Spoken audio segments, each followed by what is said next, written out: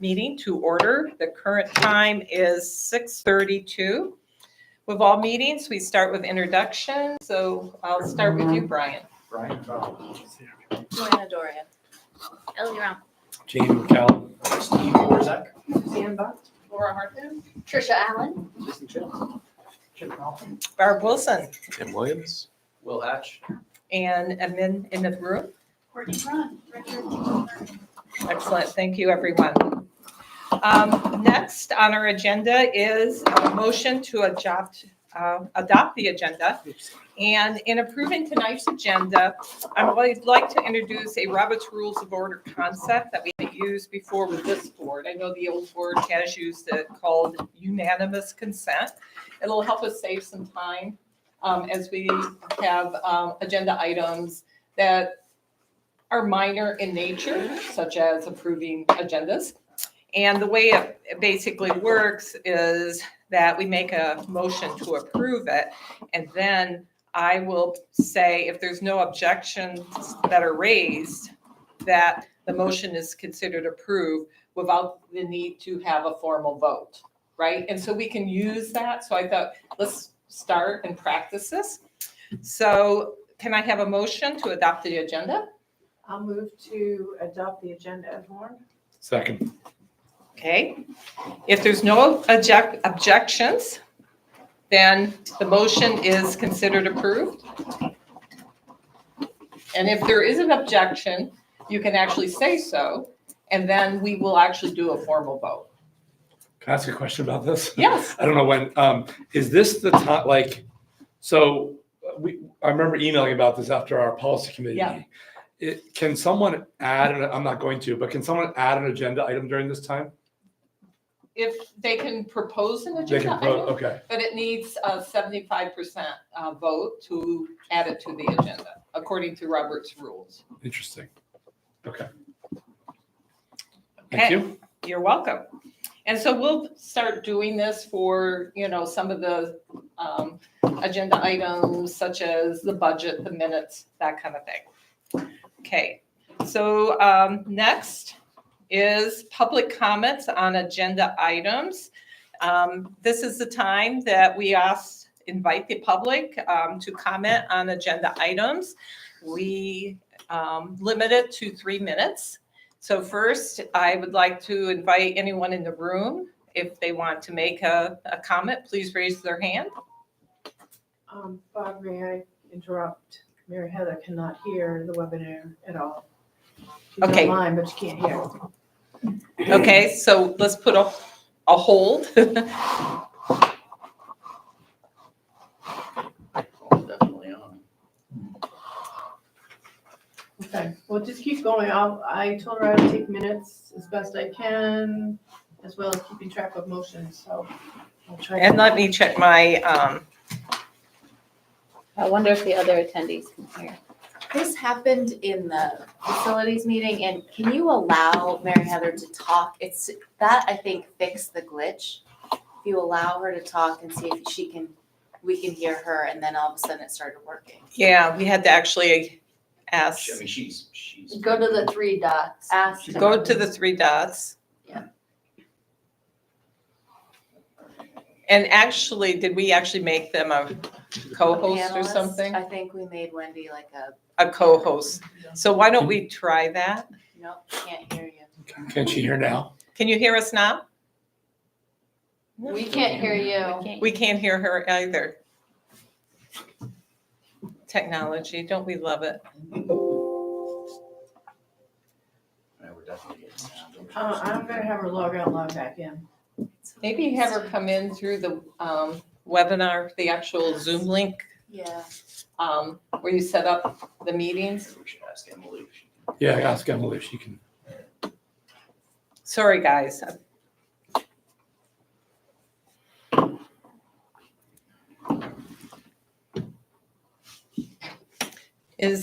And that's on, correct? It looks on. The owl looks like it's on. can- Yeah, it's on. Okay.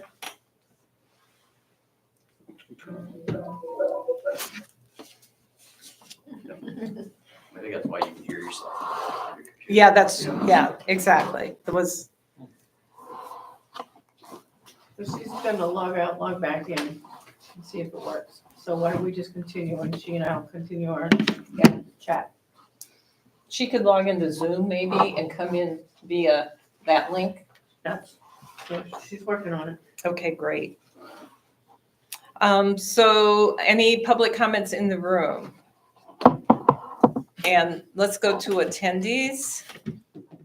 And hopefully, did we confirm that folks can actually hear us?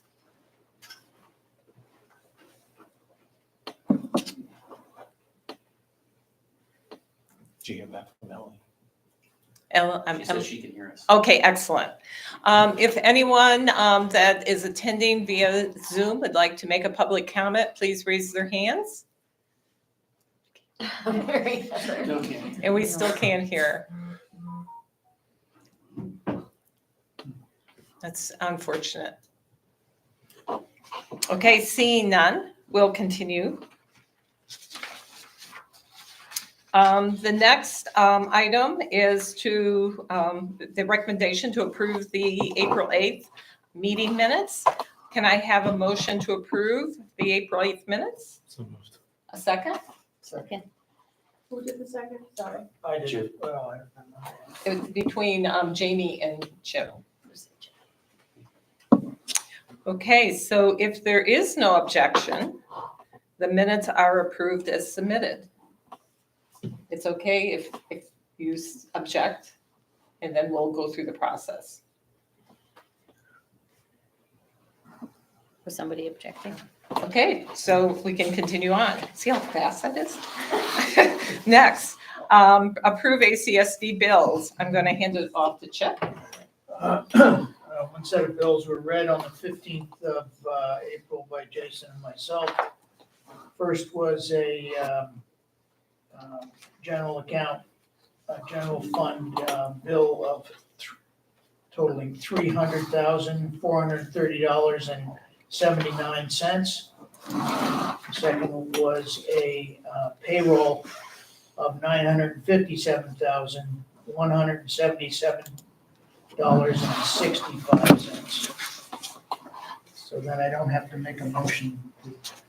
We can make a motion. You have to make a motion. Yeah, we can make a motion. Okay, I'll make a motion to approve them as read.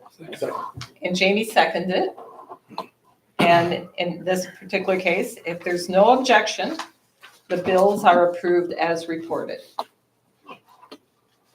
Excellent.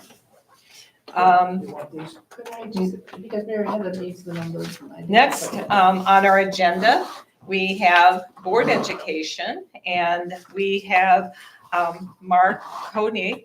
Did I say that last name right? Did I kill it? Did The I? OE sounds like an A. The what? Koenig. Koenig. Okay. Oh my But I God. answered I am Koenig. so sorry. I am so sorry. I would like to introduce and welcome Mark. Mark is a member of the Addison Northwest School District and one of our Addison County Regional VSBA representatives. He also served on the task force that was in charge of developing the AOE governance rules. And he's agreed to come and kind of walk us through the rules and kind of lead discussion around the rules. As you notice, I labeled this as education. So what I want to start doing is, instead of just having education at a retreat, that we actually have it throughout the year.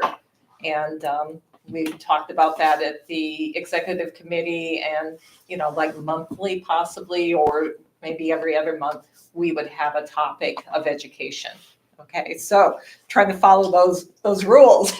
So, and if you could bring up those charts, that would be awesome. Will. And so what we're just going to project is the handout that I've distributed a couple times, which is the Vermont School Board Association. It was part of the training, and we'll just use that as a backdrop. And what we can do is then scroll in several slides. If we just move it forward about 3 slides, since we're reusing. Yeah, keep going, keep going. Keep going. Yeah, right here. There we That go. would be perfect. Okay, Mark, it's all yours. All right, I can wander around, which is I'm apt to do, but then the owl follows me, so if it's okay, I'm just gonna stay here, So, my name is Mark Koenig. As Barbara said, I'm one of your rival districts. I've been on the school board since we consolidated, along with Suzanne. I am one of your Addison reps for the ACSD, and then as we all have come to know and love Act 127, one of the subsets of that was this.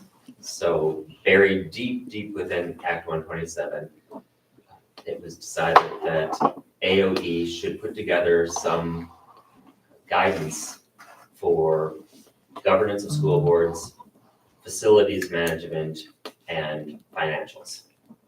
And AOE reached out to the SBA and said, hey, do you guys want to take the first crack at putting together what you think are good governance standards for the school board? And I got a phone call saying, hey, we know you can herd cats, we have to do this in 4 meetings. Do you want to do it? So we put together a task force of school board members from across the state, and in a matter of about 10 hours, we developed these standards. We started off by dividing into buckets what we thought were the main components of a good school board, and then created some subsets of each one with an eye towards what helps a school board function, but not to the degree where we are saying these are the 7 specific things you must do on this time frame. So, we have at least annually, the board sets measurable goals and regularly reviews them. You figure out the goals, you figure out what regularly means, you do that, but it's a good idea to have some goals and to look back and figure out if you're hitting those goals. So those are the standards. So we decided priorities, protocols, and processes were the 3 main buckets, kind of overreaching and then narrowing down the focus of what a school board would want to do.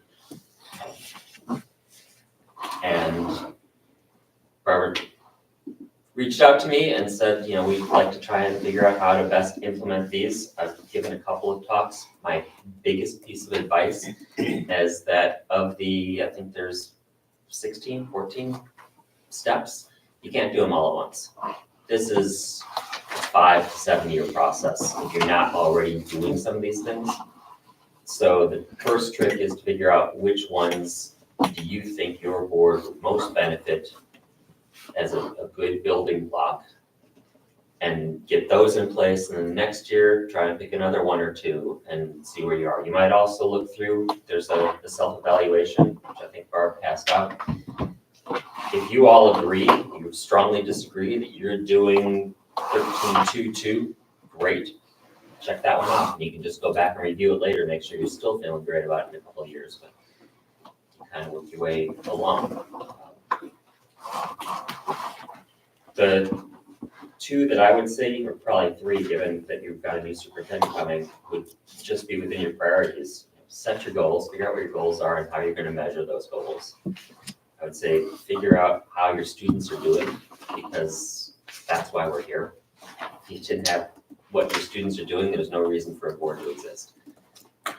And then you've got a new superintendent, it would probably be great to have your process of how you're going to evaluate that person as they're going forward to day 1. You've got this process set up, you work with that superintendent on how they feel they'll be evaluated, you get set goals for that superintendent, you work with probably a subcommittee that's going to talk to it and figure out your process for there. But since you're going to be a brand new person, it makes sense that you might want to set that in place, starting right there. And that's 3 out of the group, right? Right to the start. And one thing, just following up on that, we hired Mac and Jay to help us with the superintendent search. So this fall, Judy, the consultant, will come back, and part of the contract that we paid for was to sit down with the superintendent and the board to work on the goals for the first year. So we'll have some help and some expertise in doing that. That's it's a good thing to do. That's, our district, we have a superintendent evaluation subcommittee. And the superintendent comes to this committee at a certain time during the year and says, these are the 3 or 4 goals I really want to focus on this coming year. And we kind of go back and forth. Maybe one's not as important to the board, we'd rather have something over there, we'll come to an agreement, but then she knows what we're specifically looking at. Obviously, we judge her on her contract, she's got a whole lot of things, but we're not gonna spend 80% of our evaluation on something that we didn't warn her was gonna be a top priority. So I'm more interested in what you all want to talk about, because I can just ramble on and it wouldn't make a difference, and you all have lives on a gorgeous day, so I can make this short and sweet, or we can go as long as you want. But if there are questions or concerns that you have about this system, I don't want to just go through and read each one to you and say that's a good one.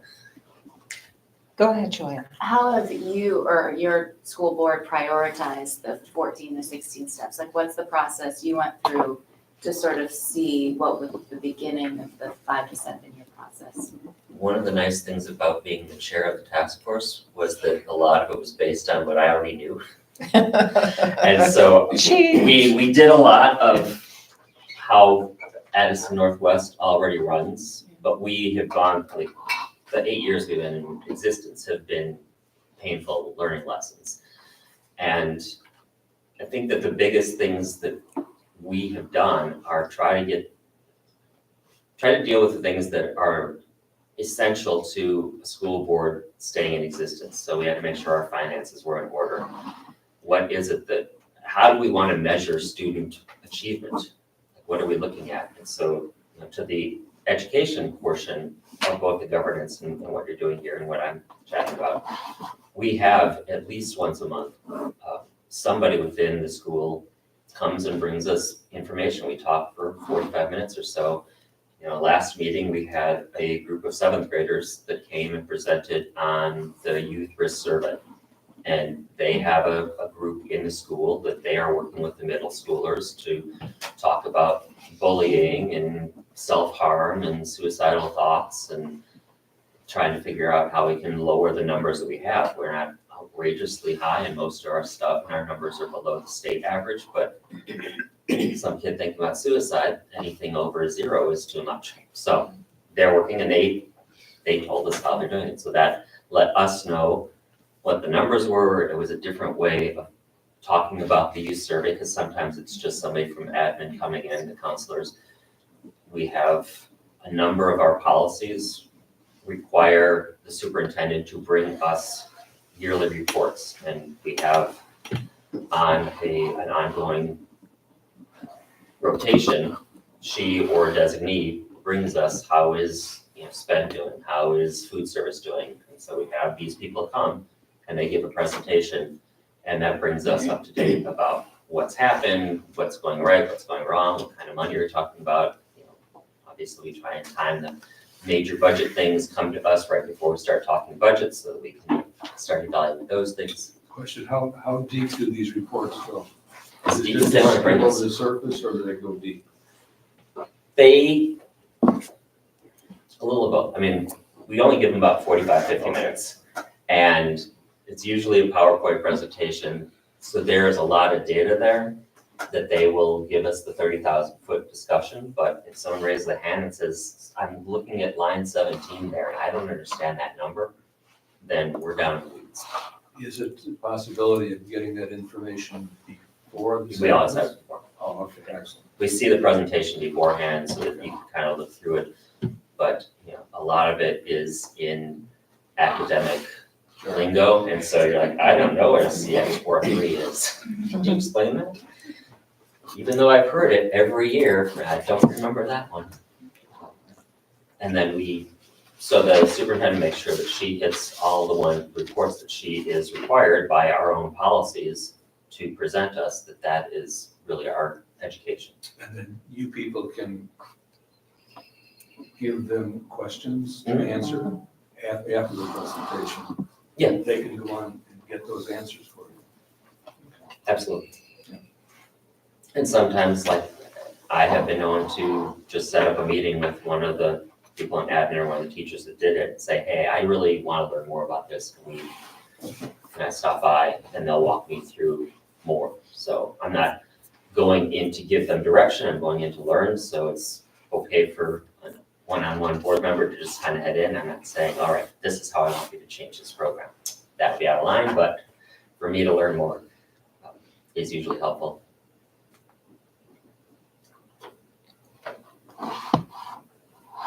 So I think the first step, if you haven't already, to take, it's just a 2-page self-evaluation. And it just has each one of these priorities listed on it. And it's just a 1 to 5. How do you think personally you feel the board is doing on this? If you don't even understand the question, probably not doing it. Right.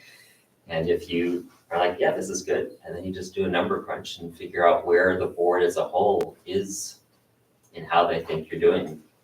And then you can decide amongst yourselves, well, what really seems like we are missing that would, if we had known this information last year, would have made this year so much easier.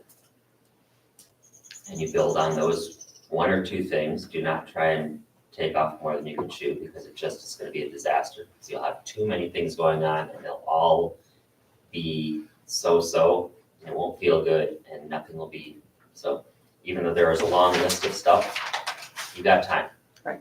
Just realize it's going to be 3 or 4 boards down the road that will start reevaluating things that you're doing in the first step to say, okay, are we still happy with what we set out?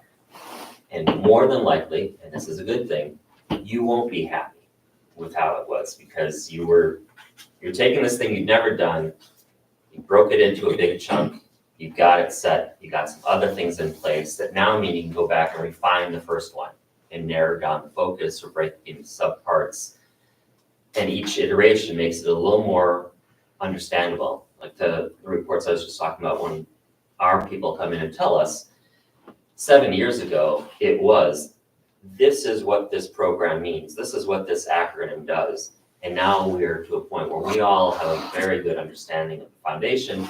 We can dig a lot deeper into what that actually means and how is that different from last year and what are we planning for next year. But there's no way, if they come with the level that they tell us now, 7 years ago, we would have had no idea what was being said. Mark, how do you bring new board members, like if you have a new board member that joins in March and the rest of the board already knows this, how do you bring that board member up in those specific things? I know we have onboarding, but this is a little bit more detailed. Part of that's going to depend on the new board member, how they want to learn. If they just want to be immersed and ask questions as it goes. If they want to take time with the board chair or the superintendent and get an update. And then we also have people in the audience who don't necessarily know. So it's always, even when we're starting something that we might always know, you give a couple 3-minute overview of, this is what we're going to talk about, this is why it's important, this is how it works into the system, and then lead it in. And if you're a new board member, you just hold on tight for the ride. And you hope in a couple of years it starts to make sense. Yes, Brian. So I think what you're saying is that one of the most important things that you're doing is every year you're looking back and you're making the judgment as to whether some things are working and some things are not, and the changes that need to be made. Yeah, I would say, if you pick 2 things to focus on this year, then next year you pick another couple that might either build on those 2 things or are different that you feel like, okay, now we got that. But you're also going to re-examine those first 2 things. The way that we implemented them, did that really seem to work? Because we didn't know what we were doing. It was a best guess, and now we've had a little bit of experience. Look back at it. Was that best guess actually based in logic, or we were just making guess? And now we're like, oh, you know what? We should have done X instead of Y. Let's try that. And we do that with some of our reports too. We're like, can you bring us this information? And then we get that information in the next report. Like, oh, we didn't think that was good. could you maybe give us it in a different format or give us from a different angle? And so the next report is slightly different and it aligns with what the board is trying to understand better. None of the information we get is bad or useless, but sometimes it could be, okay, we understand the foundation, let's move to the next level and give us something deeper. Jason. I'm wondering if you have taken on the evaluating your effectiveness of your communication and your outreach? That is one of our problem areas, as I think with every board. We are trying, we have our, community evaluation, or not, community engagement committee tries to do that, and it is actually one of our superintendent's goals for the last couple of years is to be trying to figure out better ways to engage with our community. It's a hard nut to crack. How are you measuring it? Again, I'm not sure. I mean, I can tell you right now, Front Porch Forum is not a fun place in Virgins. As we get a lot of stuff about the budget and a lot of it is wrong. And, when I saw yesterday, I was like, I just want to have more, what do you want? He wanted more ability to engage. I've never seen your name before. We have had 50 meetings, either sub-meetings or full meetings, and we all have phone numbers and email addresses, and you can talk to the principals. There's many ways, and so just telling me there's somebody else who said, I don't know why you expect me to show up to a board meeting or a Zoom call or read any of the links that you're sending out, but you need to keep me informed. I can come to your house and cook you dinner. So there are frustrating people, but there's also people who are genuinely trying to figure out what we're doing. And it's, I spent most of yesterday and today writing a Front Porch Forum post about what a school's surplus is. Because it's confusing and people give you one or two sentences of, oh, give us the money back. I'm like, well, you voted to move the money there. We can't give it back because that's what the voters told us to do with the money. And it's not like we stole it, it's gone into capital reserve and it's already earmarked for certain things. But I broke my Front Porch Forum into two different things because it was like an 850 word and it was still way up here. Some people are like, well, you didn't talk about this, this, and this. Like, I know, it's already this long. Right. So I don't know how we're trying to measure it. We're just trying to figure out how to engage more people that want to be engaged. We've tried in-person dinners where we can have a roundtable on a certain subject. We've had students present. For the budget stuff we're talking about right now, we found that putting things out in social media in very small bites, a very specific small issue going out that's digestible in just a paragraph instead of trying to give everything at once seems to be helping. But we haven't figured that out. Chip, go ahead. The priority thing I think is important, although having been on school boards a long time, a lot of the stuff we do is reactive, only because that's the way the world is, okay? So for us, you gave the, thing that will have 45 minutes, I know it wasn't that, on food service or something like that. Well, it would seem to me that our priorities should be more on results rather than on evaluating different sections along the way. So, because it may be working fine, okay? And if we don't get some information through some manner, we'll assume it's working okay. I don't mean perfect, I but would say that's a risky assumption. it's a risky assumption, but it's also the fact that, if we meet 2 times a month, and we have other meetings of all the different committees, there's only so much time that you can devote to school board activity per se, okay? I know when the budget fails or if the budget is in the process of being voted on, we have other times that we're having to do things, but at times I think we have to be realistic about how how all that works. I just am a cynic on a little bit of that because I just don't want to set goals that we can't ever achieve. Well, the nice thing relative to that. here is that it's not set in the state regulatory system that these are the 7 goals you must achieve yearly. First of all, there's nobody that's gonna send you to school board jail if you don't follow any of this. There's no teeth in this. But second, that's why we made it as open as possible. You guys figure out which goals you wanna do, what does it mean for your board education. And if you do it for a year or 2 and you're like, okay, we really don't need to be doing this. I You get totally to switch agree, it. totally. But I agree. would say, to your point, yes, it's all reactionary, but it can't all be reactionary. No, So it's good to have that balance of, we as a board need to understand why we exist in the greater good and what's going on in our schools, and is what we are doing making any impact? If you're not looking at it from that and all you're doing is reacting on, we had this bill with the roof leak, then you don't know what's happening with the kids. And so it needs to be the balance of the both. You need I totally agree with you there. I'm just pointing out that there's so much work to happen, okay? That whether that comes from the superintendent, the board chair, whoever the person is that is leading that coordination, it has to be really, I mean, we've set up a pattern over a year of what the work of the board would entail in different ways. But this is, that's infinitesimal related to exactly what you're talking about. Well, and keep in mind, this is 8 years in the making, we're still figuring it out. Yeah. We haven't figured out communications yet. Right.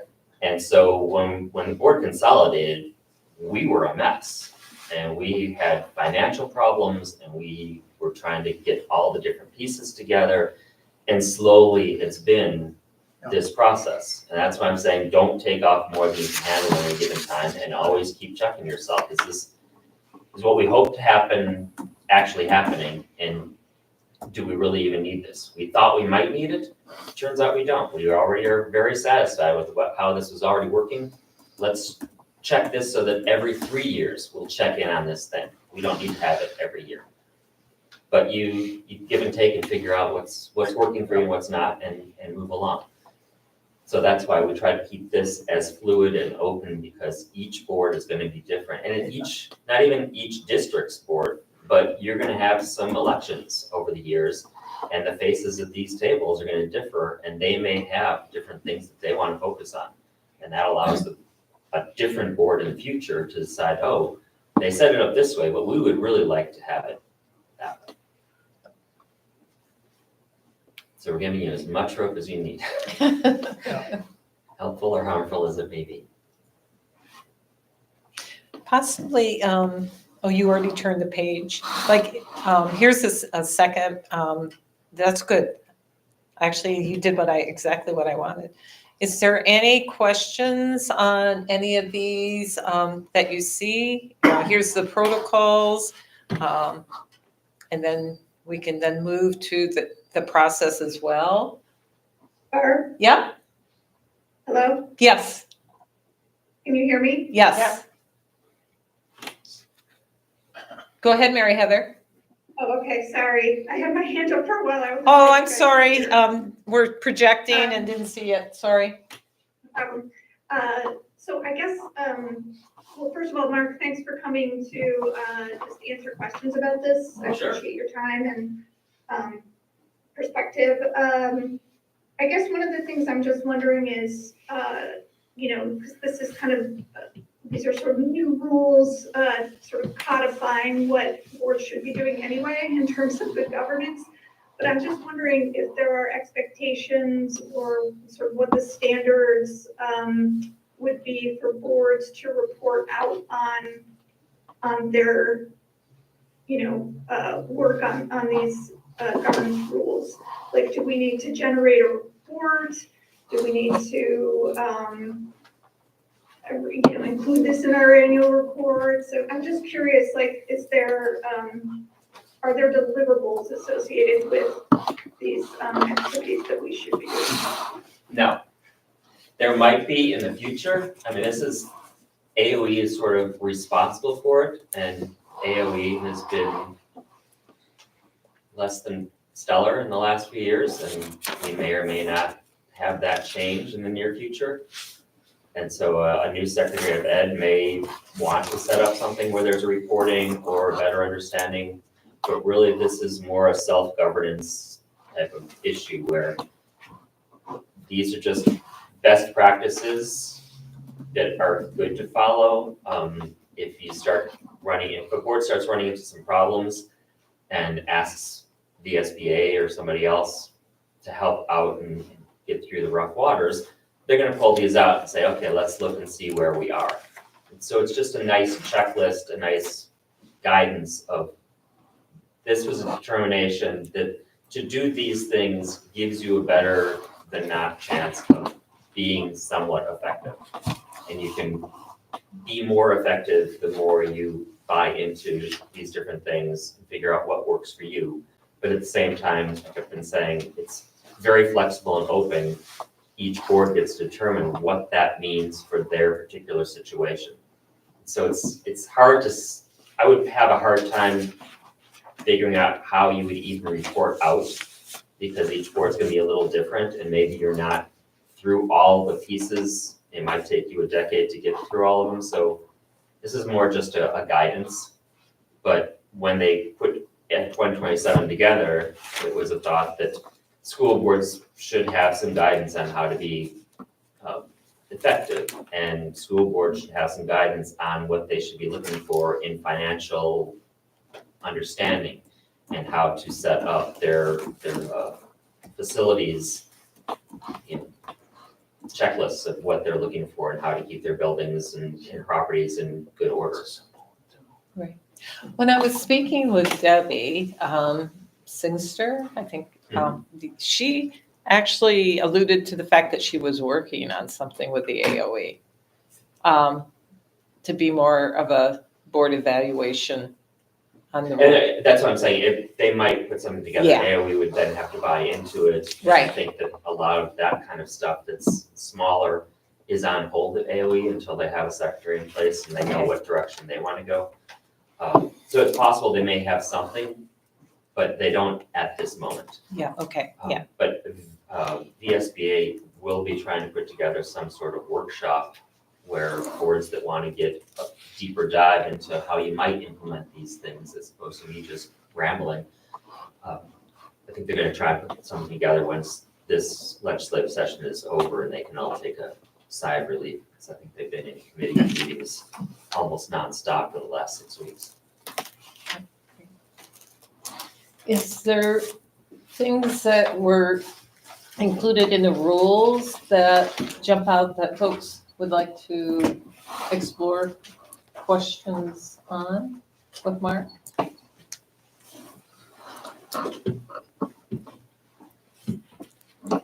So what I would like to do next is to actually, not in this particular meeting, but I was going to send out the survey, and I actually was gonna just put it into a Google Forms format, so that, yeah, the eval, just as a next step for us to do some self-evaluation, which is part of the governance anyway, so that's a good thing to get familiar with that. In fact, last year, I had met with Mark for a while, and he sent me some other evaluations that we could consider, for us as a board as well, some things that they've done. But this would be a good one to start on. And then at a subsequent board meeting, we could present, the results, and then start to narrow down, here looks like convergence around these few items that we want to then pursue further. And then maybe we do need school board association, depending on what it is, to maybe come in and help us with that. But at least we're starting on that process.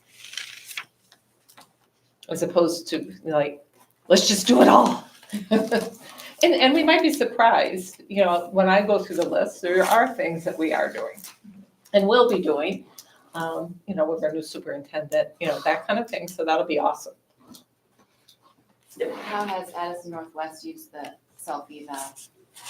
Well, I ran it as the test project. Their pilot group on when we put this together, it's like, okay, let's do it.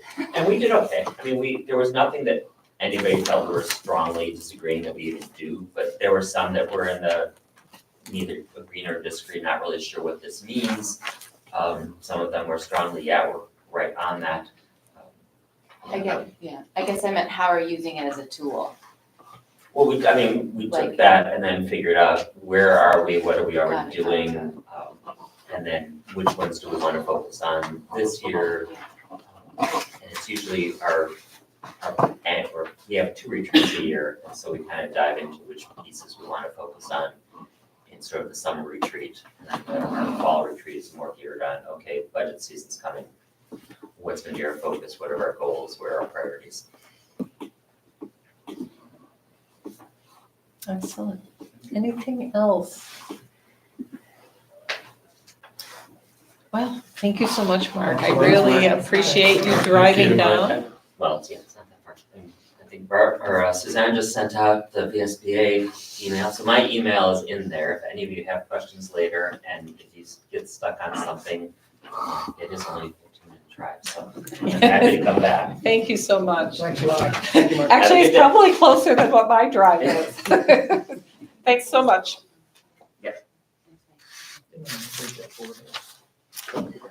Okay, next up, and when we put the agenda together, it did dawn on us that our student reps probably would be here today. They're not on Zoom? I don't think so. They're smarter than I thought, yeah. Let's check, just, Why would you come? let's check, just to make sure, you know? No, okay. So, hey, this is fine. So, next up is report of the superintendent. Thank you. We have Courtney with us tonight to give us an overview of the upcoming NEAS process. NEAS stands for New England Association of Schools and Colleges. That organization also has an international arm, which is playing into the process that we're going to be doing as a first of its kind in the country. Courtney. I think you'll hear some similarities between what we just heard about that board process of setting goals, reflecting on them. And one big difference is that I think I heard Mark say, currently the AOE then doesn't come and check on the progress you've set for yourself. Guess what? This involves us actively asking outside partners, professional partners, to come in and give us feedback on our goals and the progress we've made. Sorry. We're good. Am I blocking your vision too? So if there's one thing that I would want you to take away from tonight's presentation, it's the 2 bullets on the next slide. So I'm gonna wait for those. That's right here. Oh, thanks. Sorry, you weren't reading my mind.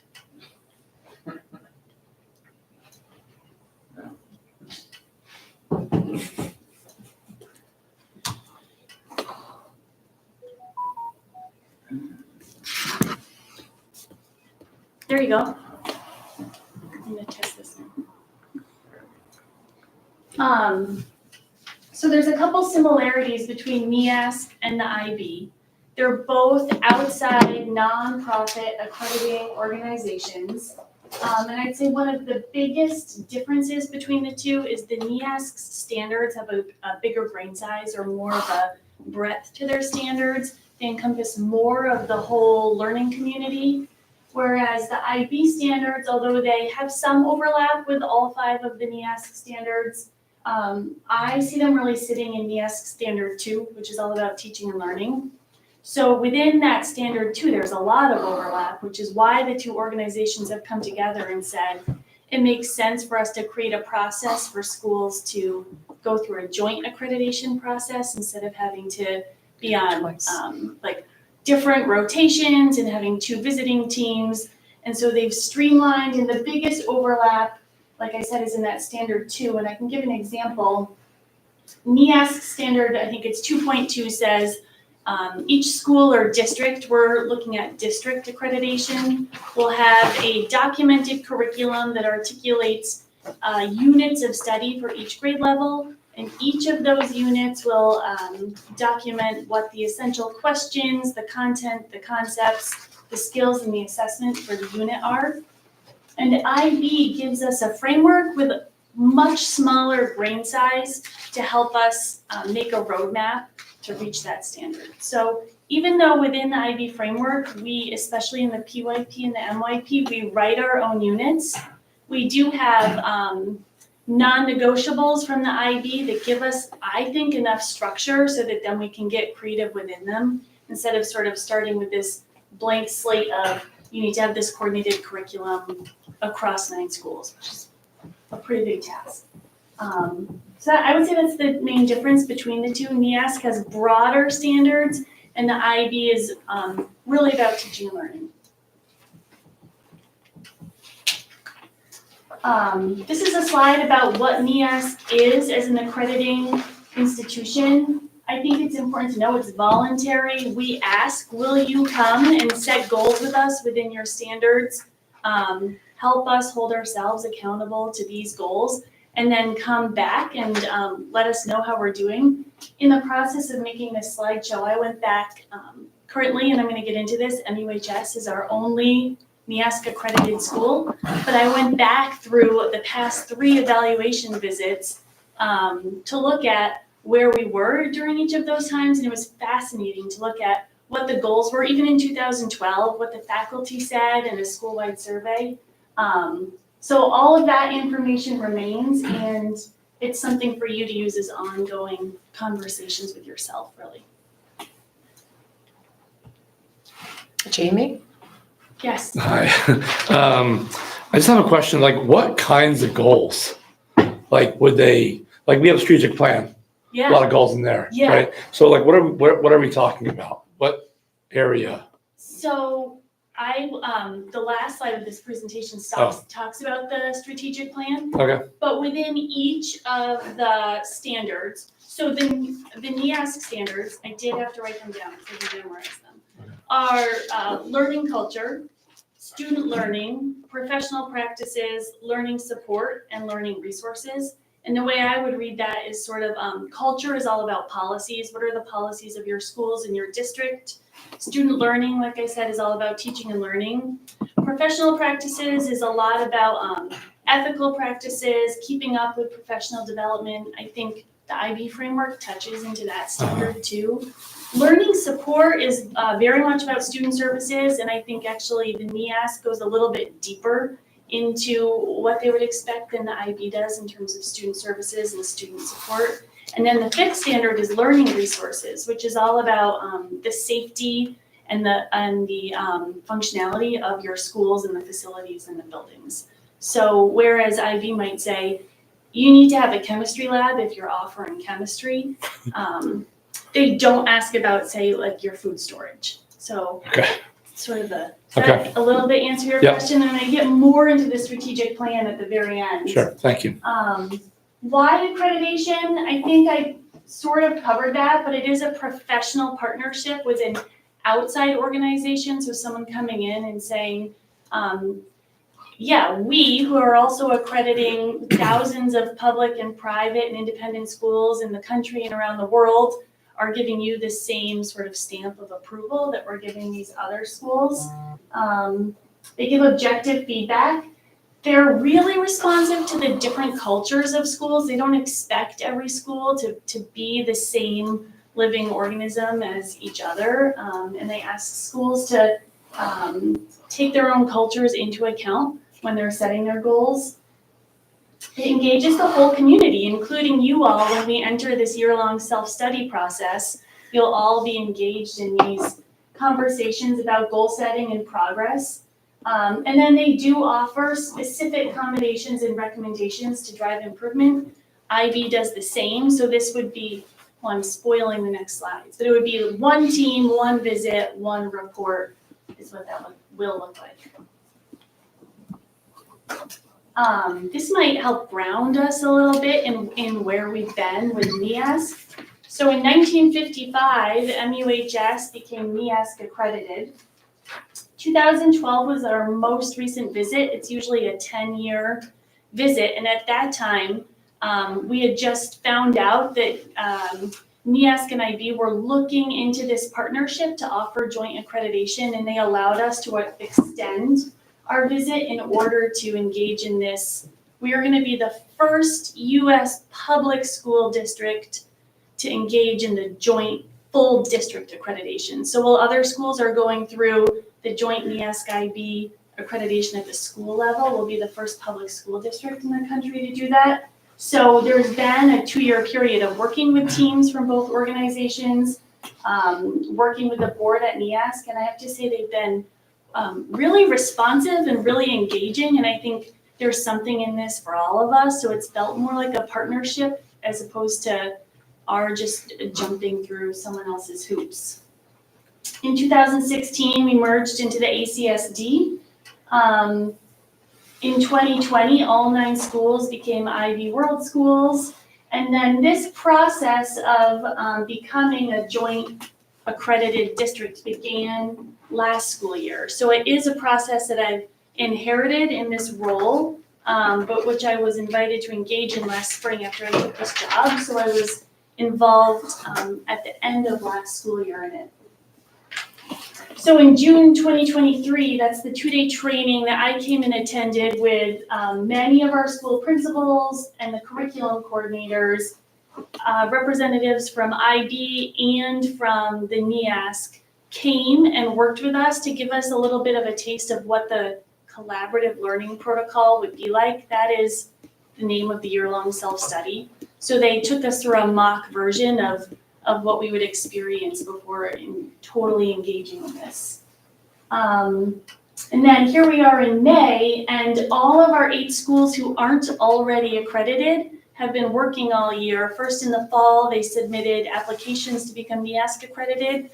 And then this spring, they submitted foundational reports, which is really a report about do you have the foundational things in place you need to have in place to run a school in order to then become accredited and start engaging in this reflective process.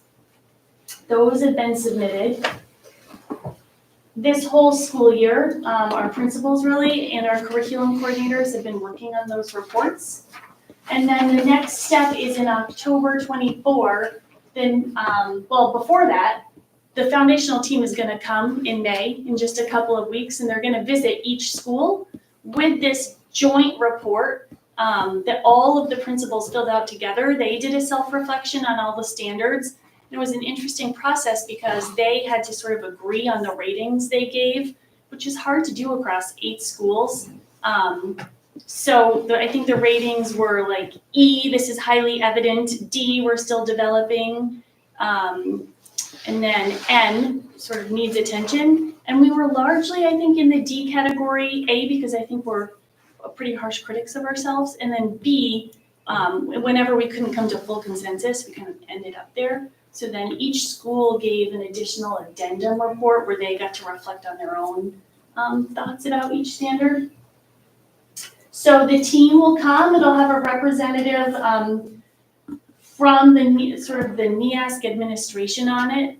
In a couple of weeks, it'll have all NEASC teams are made up of other teachers and administrators from around usually New England or the US who volunteer to go on these committees. I've served on them before. I think Wendy mentioned she's served on many of them. I don't think they have them in PA, NEASC visiting, but probably something similar. And they're really interesting. You go to other schools and help give feedback to the school about their goals. Then in October, that's when the joint team will come and do a kickoff with our whole really learning community. Looking over the standards and beginning conversations about what is it that we mean to be doing in our classrooms, how do we know what we're doing, what we mean to be doing, and what's the evidence that we're doing that. And that'll be a year-long process. And then in October 25, after we've reflected on where we're at, and this is kind of where the strategic plan comes in, I think, then this peer evaluation visit happens, where they come and give us our accommodations and recommendations. I think through this timeline, I just took you through all the rest of the slides. I'll just go quickly. Why now? This is a pretty new option, like I said, this district-wide accreditation. Why does it make sense? It makes sense if we're a school district who's trying to articulate goals for ourselves, PK-12, and have alignment, promotes cohesiveness. MUHS, like I said, is due for reaccreditation with NEASC, and all 9 of our schools are up for their 5-year IB reevaluation. So those are aligning pretty nicely. And then once all of our schools are accredited, we'll be eligible to always engage in this one visit. The collaborative learning protocol is what we'll begin engaging in the fall with our teachers. I pretty much said all of this. Really, it's somewhat for efficiency's sake, and also to have the power of these 2 accrediting organizations. One is truly strictly an accrediting organization. The other is much more, I think, about a partner who's in the teaching and learning with us, helping us stay up to date with best practices, classroom practices. I don't think there's anything here I haven't said, except for it's not just a 1-year event. It starts conversations that we hope continue for 5 years until the next time this happens. Similar to what Mark was saying, I think, about setting school board goals. We're going to set these goals in relation to our strategic plans, start these conversations, and if we're doing it well, they'll continue.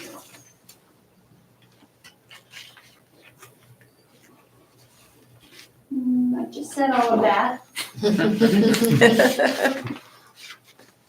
This bullet right here about finding evidence, when we went through the mock workshop, there was a huge emphasis on finding evidence of impact. So they don't want to see agendas that we've talked about things that we say we want to be doing. They want us searching our classrooms for evidence that we're doing what we say we need to be doing. And if we're not, that's on us to kind of talk about and reevaluate why. But NEASC made it really clear when they were here that they've really shifted the focus of their visits. And I think if you ask someone who's been through a NEASC visit before, they might say, oh my goodness, that's so much work. There's so many hoops to jump through. It's like a huge paper trail. And they've really responded to that feedback and said, we don't want all that paperwork. We want the evidence, whether it's photos or videos, or some kind of real-time, firsthand evidence that what you want to be happening in your classrooms is happening in your classrooms. And here comes the strategic plan. Ooh. This is my last one. I think that the strategic plan helps us narrow down, especially goal 3. I think that's where I realistically see this work, mostly aligning. You've already articulated for us where you want us to focus, because there's a lot of goals and a lot of standards. More Common Core state standards than there are days in the school year, I like to say. Probably I've said that in this room before. So you've narrowed down some goals for us around literacy and math, and I think those are going to be forefront as we begin having these conversations with our staff. We've already started outlining our PD for next year with a huge emphasis on literacy and math. We heard those are sort of our guardrails, and then we're going in with that lens as is appropriate at the different levels. So next in the process, and one of the motivations for asking Courtney to come here is when the team is here in early May, there's a section where the board needs to participate. And after meeting, they've decided it's the executive committee. So our executive committee is going to be meeting with them on the 9th of May from 4:15 to 5. And there's specific questions here that are really focused on the governing body. And, for example, the governing body promotes strong ethical values and compliance through appropriate and effective oversight. And we'll have an opportunity to give a rating. What's happened up to now is the principals have assessed where we are. So they gave us a developing, which is fine. But there are some things that they're not visible to, right? For example, here, evaluating the superintendent is included here, as is our governance. And they don't, see the methodology that we have for that. And so we'll have an opportunity to also respond, based on our perspective as well. To be fair to the principals, they didn't want to rate on, I think it's foundational standard 2. They Yeah. were like, I think this is for the board. And so we asked NEASC and they were like, no, we'd like to know what is their perception of Which is the important. head of school, that would be Tim, and his relationship with the board. And so a lot, like I said, a lot of that D comes from either not being sure, differing opinions, and then wanting to land in some kind of a middle place. So that was a hard one. Right. And would it make sense, like for this foundational goal 2, is to really share with the board ahead of time the kinds of things that would people be interested in seeing, the questions that'll be asked. We won't have a board meeting between then and now. I've, gone through these, and a lot of them is really showing the evidence for what we do, right? There obviously will most undoubtedly be things that we find that we don't maybe need improvement, whatever. But I'd be happy to work to give you those sheets. I guess there's technically, I have a draft of, what everybody pulled together. I mean, is there, at this stage, is it premature for the board to see something like that as well? Or? No, I think it's your prerogative to share with your board. And the other thing to know is that each standard that has a rating, we then had to supply evidence of that existing. So we have a folder for each standard full of evidence that we've mostly culled from your board website or from our curriculum documents or from student services to put in the folder of evidence. Right. So we should those- actually make sure we look at the folder, so we're not reinventing, because if they've done all the hard work for showing the evidence, I don't want to do it again. Yeah, Maybe I could email you the link to those folders. that would be awesome. Yeah. That would be awesome. Okay. So if folks are interested, I will get this whole report, because it's definitely interesting reading, so that I can share that, with the entire board. I'd be happy to do that. Joanna? You sort of answered this question, but I had in my head one of the first NEASC goals was culture, and then you said it's related to policy. Yeah. So it made me wonder, what is the board's interaction with this work? Not necessarily now, but after the fact, after they come, is there? It's a good question. So after this foundational standards visit, where it's sort of like getting everyone up to accreditation standard or status, I think that the board's participation is ongoing indirectly and directly. So for example, when you set out a strategic plan with goals, that's going to directly drive our work all the way down to the classroom level on what we're doing, but also directly related. And I think that every NEASC IB reevaluation visit from now on will involve board participation. Probably, typically my experience has been when they come, they have a series of meetings. They want to meet with parents, they want to meet with the governing body, with teachers, with staff. So probably in that capacity. Steve?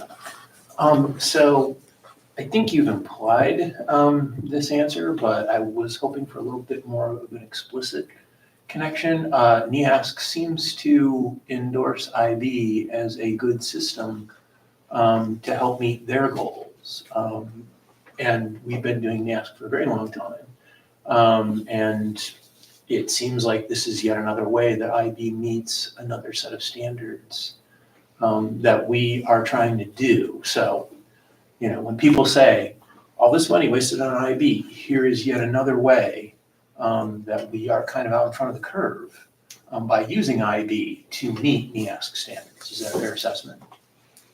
Yes, and I would also say, I know every penny counts, But when you look at the cost of our IB programs in relation to what it would cost to go and buy those things independently, that's another conversation, but that's one part of that discussion. And then the other part is, yeah, that's one way of looking at it. And also I did have to, when I first came on board into this position, do some digging about, I had some real curiosities, like, well, why are we gonna have IB and why are we gonna have NEASC and what is the difference? And I get that these align, but how many things do we wanna layer? So I did a lot of looking into that to find out what the two different things do offer. And I think in some ways they overlap and serve each other, and in other ways they serve different purposes.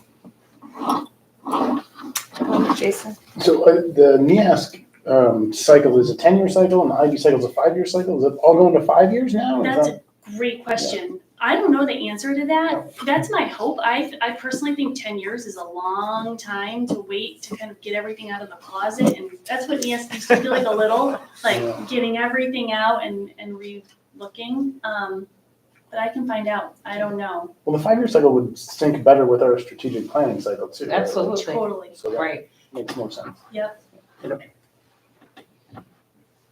And the hope is that the process can be expedited in the future, right? Like going through this now sets us up to be able to take advantage of a more streamlined reevaluation.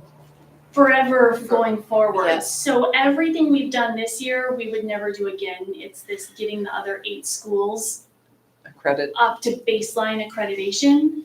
And then after that, it would always be only engaging in the reflection cycle really about the learning and not, NEASC standards, like I said, are about more than the learning, but it would forevermore just be this one joint process. I want to be sensitive to this idea of adding that extra burden on administrators. I mean, that seems like a lot that they participated in. And They so, did. Yeah. Definitely. Yep. I think they all are deserved to thank you. Yeah. For their Yes. Yeah, I didn't, it was behind the scenes. Thank you. Any other questions? Excellent. Well, thank you so much for, Thank you, Courtney. Sure. There's a question. oh, go ahead. That's all right. I had 3 questions about the next item that's coming up. So should I put those forward now or after? I think On after a motion appointment? is made. Yeah, after a motion is made on the appointments, and, okay. Go ahead. Okay, the item 2 under the superintendent's report is a list of resignations and appointments, and I ask that the board approve those. Can I have a motion? I'll move to accept the following appointments: Jennifer Billings, Michael Ludak, Tom Hagan, Stephen Hill, Jordan, Jose Jordan, Bob McEwen, Christopher Perkins, Julie Pettis, Heather Robb, Lauren Simmons, and the resignations of Julian Hyatt, Andy Malley, Heather Robb, Laura Nugent, Pamela Solent, Darcy Weisenbeck, thank you, and a retirement of Cindy Atkins. Okay, and a second was Jamie? Okay, now questions. All right, just three quick questions. In this, what does the term appoint mean? Hire. So is it a new hire? Most of these are vacancies. The only new hire, it would be Mr. Dudek. Okay. And then is there, for the district, is there a standard background check for new hires? They all have to go through a standard background check. And then lastly, I think you mentioned his name, what does it mean, administrator on assignment? He can go from school to school? He goes where we tell him to go, and he's assigned at Mary Hogan. Okay, thank you. He would be, I should say. He is now and would be assigned to Mary Hogan going forward. But that could change down the road if things change or develop or improve. But we can move him, and he could be a pinch hitter where we may need him different places. Well, that's what I'm thinking, that's the purpose of it, so you have somebody in reserve or whatever. Yeah, I wouldn't call it in reserve because he has a lot to do. Okay. But if some needs are greater elsewhere, we have the flexibility to put him wherever the greater need might be. I don't anticipate that being the case, but we would have the option to do that. Thank you. Okay, Jamie next, and then Chip. I have a question about Lauren Simon, the non-union position.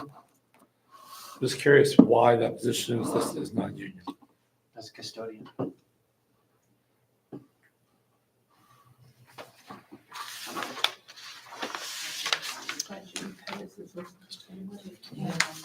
Was that? Yeah, she's an administrator. Special ed director, She's a so director, administration. Right. I'm just curious, I just, that seems like a, what would you call it, off-step or a non-step appointment? And I'm just, Red circle. Yeah, that might be a Yeah. typo on our part because we don't have any non-union custodians. That was our question. Yeah. Yeah, And we said we weren't gonna do that anymore. but we can't. Right. So that, hence the question. If you want to remove that till we get better clarification, that's fine. I would rather do that than vote on it because it really is a big question. Yeah. Yeah, And- I'm sorry about that. I have, Yes, Steve. and then I have a question. The appointment of Mr. Dudek, was that position posted? Was it competitively interviewed or was he just? It was not posted. Okay. It's just reassigned. Could I ask why? Why? Yes. Well, one of the reasons is because Mary Hogan staff believe that that would be helpful. We've seen evidence that it's helpful. And we feel that that's an important thing to do for the situation at Mary Hogan. Thank you. Okay, Joanna. I asked about exit interviews last, and I don't need that information, but just wanted to confirm that information was being gathered with the, Yes, I've directed the HR director to coordinator to do exit interviews when people leave. okay. Sometimes they don't want to, And you can't force them. No. but- no. And sometimes they really want to. Yeah. And then could there potentially be a plan in an executive session to hear that information gathered, or? I suppose, is that the role of the board? I guess it's a question I would have. It's happened before, so That has been practice? I don't know if it's been practiced, but it has been. We've had we have, We global have heard. comments. but- Global, but not individual. Yeah, no, not like individual, but an overarching, Oh. are there themes? And I'm are not there necessarily patterns? opposed to individual comments either, Yeah. you hearing them. I just want to know if that's been practiced, if that's appropriate. I mean, I'm happy to share whatever in executive session about personnel. Well, just food for thought. Steve? Would it be possible in that case to like maybe once a year, like on our calendar, hear the report of the administration about the result of exit interviews? The Yeah. highlights maybe. Yeah. The time of year for that probably would be best, because we're getting resignations now, because this is the hiring season and the leaving season. So I would say summertime would be the time for that kind of a thing to happen.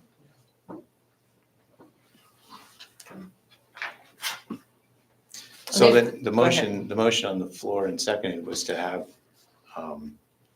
H as part of it. And the motion would have to be amended to It's remove J. H. Yeah. Yeah. Oh, I No, I want mean J, isn't it? remove J. J. J, Lauren Simon. One second. Okay. So it's been amended. We haven't voted on the amendment yet. Right. So there's a motion to amend the original motion to remove item J, the appointment of the custodian. All in favor indicate by saying aye. Any opposed? Any abstentions? Me. Okay, great. And so now we can go back to the original motion, which I'm not going to read through what Suzanne did. She did so well. But just to indicate that it'll be all items, individuals, except for J. Is that okay? Okay, so all those in favor of approving the list as amended, but to remove item individual on line J, please indicate by saying aye. Aye. Any opposed? Any abstentions? I'm standing. Okay, 2 abstentions. Clarification. Yes. I presume then at the next reasonable time, We'll have- Jay will show up without the In the next- non-union. Yeah. Because I see it's effective 4/23, so. Yeah. Mary Heather's hand is up. Oh, Mary Heather? Yes. Yeah, just, can you guys clarify who abstained, please? I can't see. I got them for you, Mary Heather. It was Oh, Laura, thank you, Laura and Steve, but thank you, Suzanne's got you covered too. thanks. Okay, so that's approved. Thank you. And the last item under superintendent's report, we have a non-renewal of Lynn Suddaby. I'm asking the board to affirm the non-renewal of teacher Lynn Suddaby, her contract. Who was it again? Lynn Suddaby. So moved. Okay, a second? I'll second. Okay. Any discussion? Okay. All those in, Could I? yes, um, please say. There was some question about whether that person wanted to speak to the board and. They had to petition, as per the master agreement, they had to petition to the board clerk Yep. to have that done. That never happened. Not done. Okay. Okay. Any other questions, comments? Seeing none. All those in favor of the non-renewal of the contract for, and Suzanne, could you say the name? Lynn Sudley? Thank you. Please indicate by saying aye. Aye. Any opposed? Any abstentions? Okay, we have Brian And Laura. and Laura. Okay, thank you. Thank you. And that concludes the superintendent's report. Excellent. Thank you so much.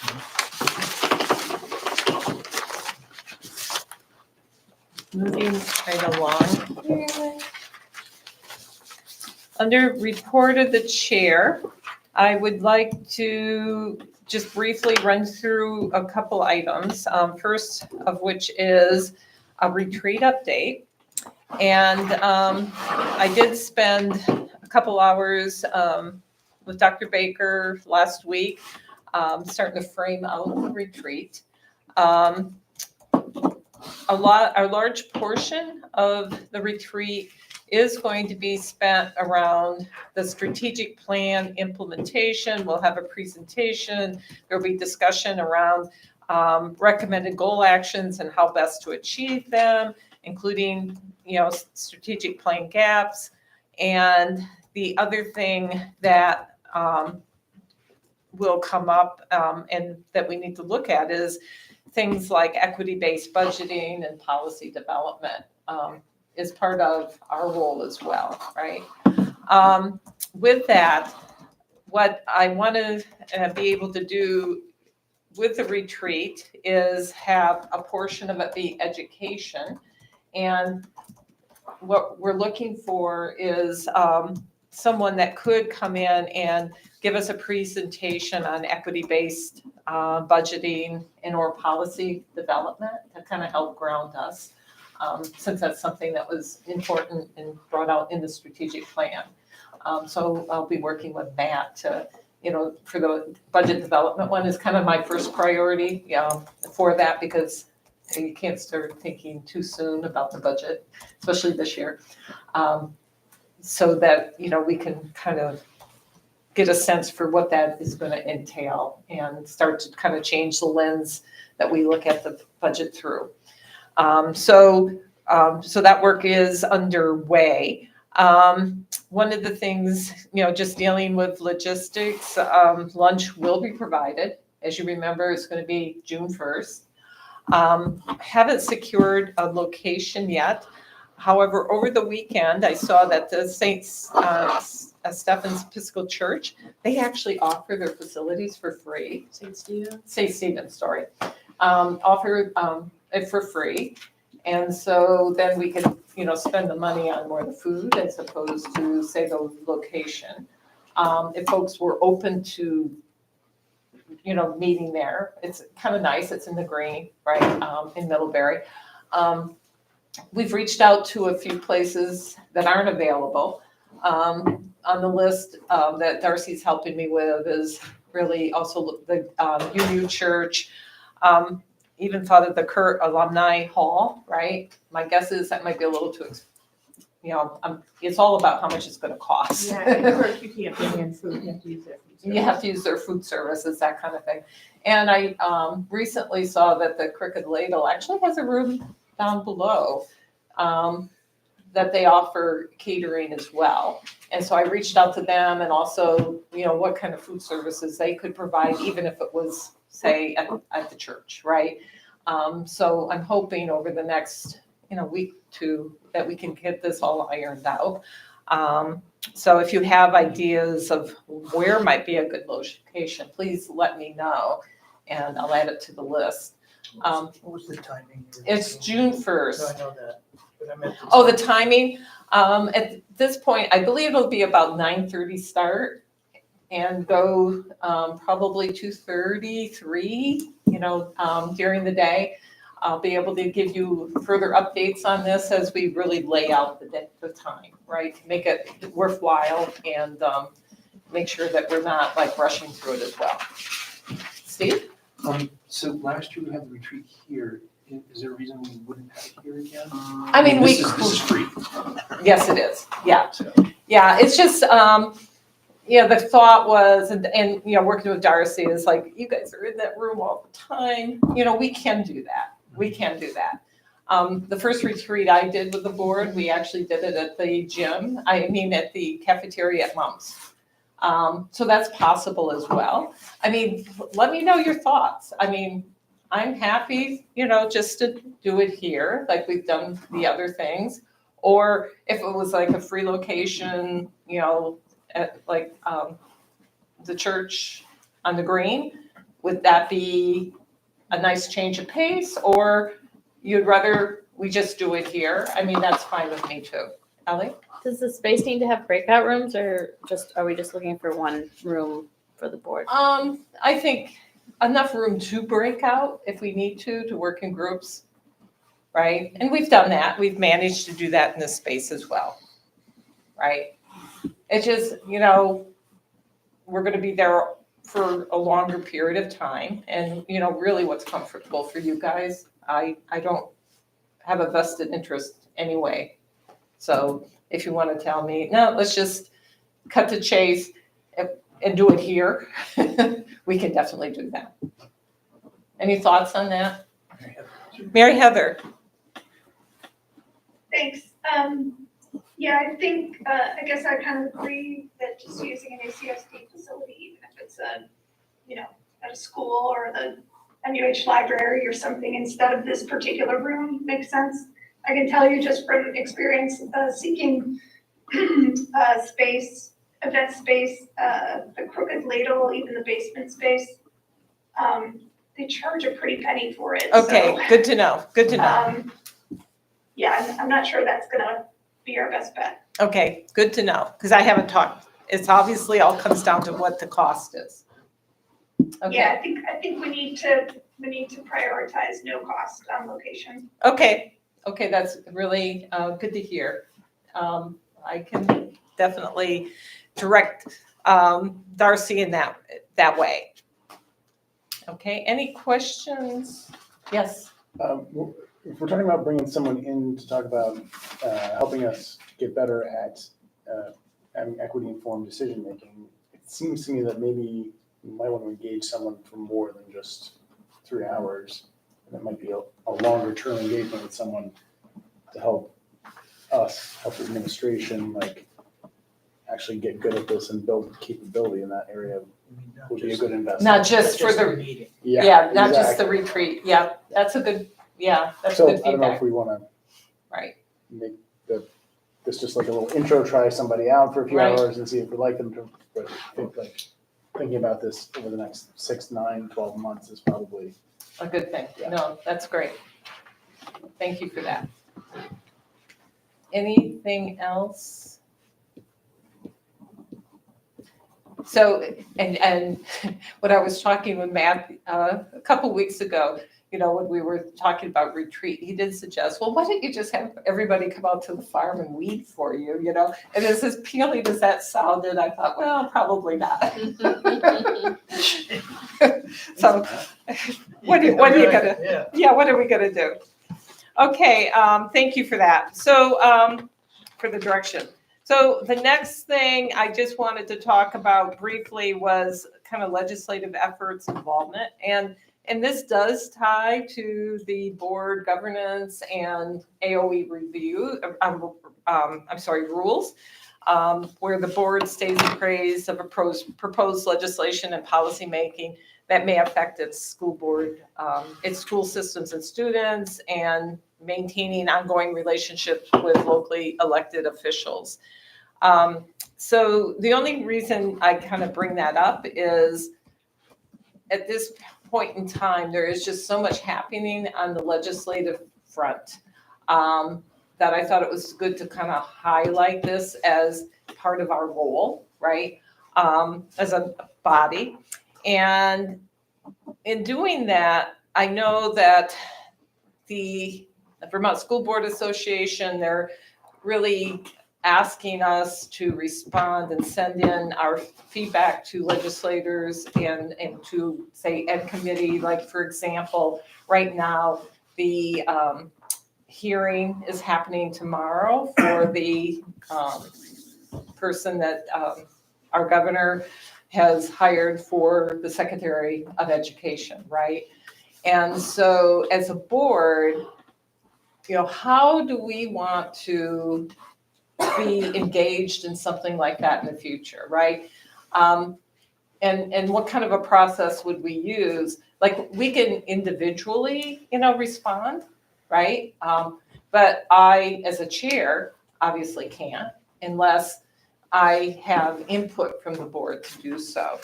And so I think there's times when it might be more powerful that we as a body, right, are making a statement. And I wanted us to start to think about how we could do that in the future. So that just as, yeah, I saw you, Brian. So that if something came up that we did want to make that statement, that we don't have to necessarily wait for a board meeting, right? Because we usually don't have that amount of time. And so if folks have ideas on how we could do that, that would be really welcome. Because it's just like this year, it seems like so important, and it does make a difference. It has made a difference. We actually watched it make a difference over the last couple weeks, right? And we've been pretty silent. And, I know that Dr. Baker, she does want to engage with our legislators. In fact, we had meetings this morning with 3 of our reps, right, which is great.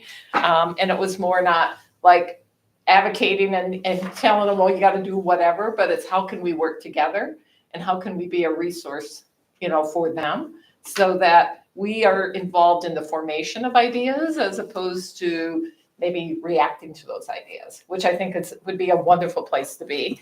But there are times I think we may want to react to ideas as well. So I'm going to shut up, and if somebody has some thoughts, and Brian, and then Steve. Yes, I would suggest sending Angela Lynn's editorial to the people in the Department of Education. I don't know whether you all read it, but it was excellent. I did read that. Steve? Anytime we take board action that's not happening in a session, we risk violating Yes, we do. laws. So we have to be careful about how we respond. You're right, we don't get enough notice on these things. Right. To be able to do that. But these guys are really important, not just because they control the purse strings, but they have a lot of inside information. What we found out today was scary. The 2 shots from 2 different legislators that are friendly to us crossed our bow financially, that does not bode well. And I don't know if you had a chance to parse through that thing that Robin gave us. They're getting rid of the double tax. So double tax was put on hold until 2029. That's going away. It's in effect next year. And we are one of the districts that bumps right up against that all the time. So we've got financial, they didn't, well, Peter did kind of warn us that we are one of the highest spending districts in the state. And so it's nice to have that information from them, because although we don't have specifics and things can happen, but that conduit is important for both us to advocate for them and for them to inform us as to what's coming down the line, because all three of them absolutely have deep connections to this district and understand the legislation that's coming forward and its impact here locally. So I wholly support trying to stay in contact with them on a regular basis. And I think all three of them were very receptive. And I think Amy Sheldon and Chris Bray would also. They just couldn't make it today. Right. But I think all five of them, and Jubilee. And Jubilee as well. Yeah, all those are great resources of information, especially on money, which comes almost exclusively from the state, so. Any other thoughts? And I would be, and maybe is, really setting up, a method or kind of a timeline, of how to engage frequently with them, which is doable, because we could do that through our governance, roles and responsibilities, and it doesn't violate any kind of open meeting law, which we can't do. From responding to things like the Secretary of State. I mean, obviously, we can do it on an individual basis. I guess I asked folks to think about, in the future, maybe what would be a way to do it, and how could we come up with a process, that doesn't break open meeting law, obviously, to be able to react on some of the important issues that are coming down I think we're seeing the tip of the iceberg, to tell you the truth, as far as things that are going to be happening down the road. So, and Jamie? Yeah, thanks so much for putting this on the agenda, and I'm sorry I missed the meetings today. I was teaching, but I'm curious now from Steve's kind of cryptic assessment of it. I'd like to hear more. So there was some talk about like a committee like a legislative committee or something that sort of had. Do you remember this discussion? Yeah. And I'm curious if such a committee was composed of fewer people, if it needed to, could warn a meeting, meet quicker via fewer schedules, and be able to sort of at least collect and analyze the political legal stuff that's coming out, and perhaps respond quicker. And I wonder if that is a vehicle to address some of the thing you're talking about. Yeah, and what Jamie brought up, I happened to meet with him the other day because there's something flying around me, which is distracting. Yeah, it was just over here too. As chair of the policy committee, and so we met, and when I shared with him a discussion I had with Dr. Baker, where she had thrown out kind of a brainstorm idea that at some point maybe what we do, because she recognizes how important this is as well, is that if the chairs of committees form up, say, a legislative committee, right? So you're not necessarily forming yet another committee, and you kind of have the chairs and they could bring it back to their committees if they needed to. It was just an idea she had come up with that I shared with him. So I'm definitely looking for creative ideas here and what folks would like to do. And we could do something like that, or, we could form. And then as a board, do we decide to, under certain pretense and parameters, to allow that committee to form a communication, right, for us? And what kind of approval? Do we kind of like sanction and trust this group to do that for us? Or, whatever. Those are all things I think we'd have to think through, right? But, doing the research would be a really good thing. Yeah. Because it's been like a fire hose, I've just usually pride myself at being able to keep up with this stuff, and I'm just having a really hard time. There's just so much stuff that you really should be listening to and hearing and that kind of thing, and then trying to catch up on. And Mary Heather. Yeah, thanks. I think, when we talked about this at the executive committee level, Dr. Baker's suggestion about, having a committee to do this was discussed. And I think, one of the things that I kind of worry about is adding another committee. Oh, absolutely. And the sort of time and effort of warning that committee and it just seems to me like an unnecessary redundant layer when you have a board chair and a superintendent whose roles just as leaders in the district and in the board automatically include keeping an eye on this sort of thing. So it seems to me kind of the path of least resistance is to rely on the leadership that we already have. And kind of when the need arises for the rest of the board to stand up and come together with either a statement or some collective voice on a really important matter, I think that can just come from you two.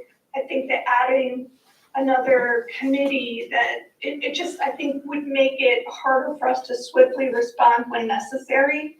And I guess I feel like we already have the capability of responding with you and Dr. Williams and Dr. Baker in the future. So I guess to me, it seems like this is the opportunity to just notify the full board, like, hey, our individual responsibilities as board members is to keep an eye on this stuff and pay attention to it and not just sit on our haunches and just let Barb keep an eye on it, but know that this is happening and going on. And then, if either of them say, this is really important, we best respond as a unified voice, that we do so and we support that effort. So that was my perspective when we discussed this at the executive committee level. I'm just wary of adding another committee that it's hard to schedule. I know. It creates more work for Darcy. The warning has time. There's minutes that then need to be, I'm wary of that. And how do folks feel about that?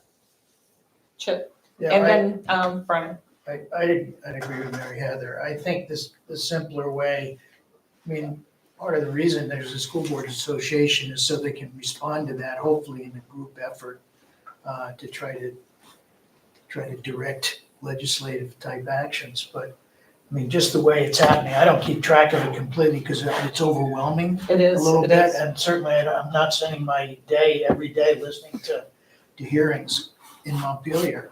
But at times I do respond to the school board association's request or something that way, which if it makes sense to me, I will make effort as an individual to do that.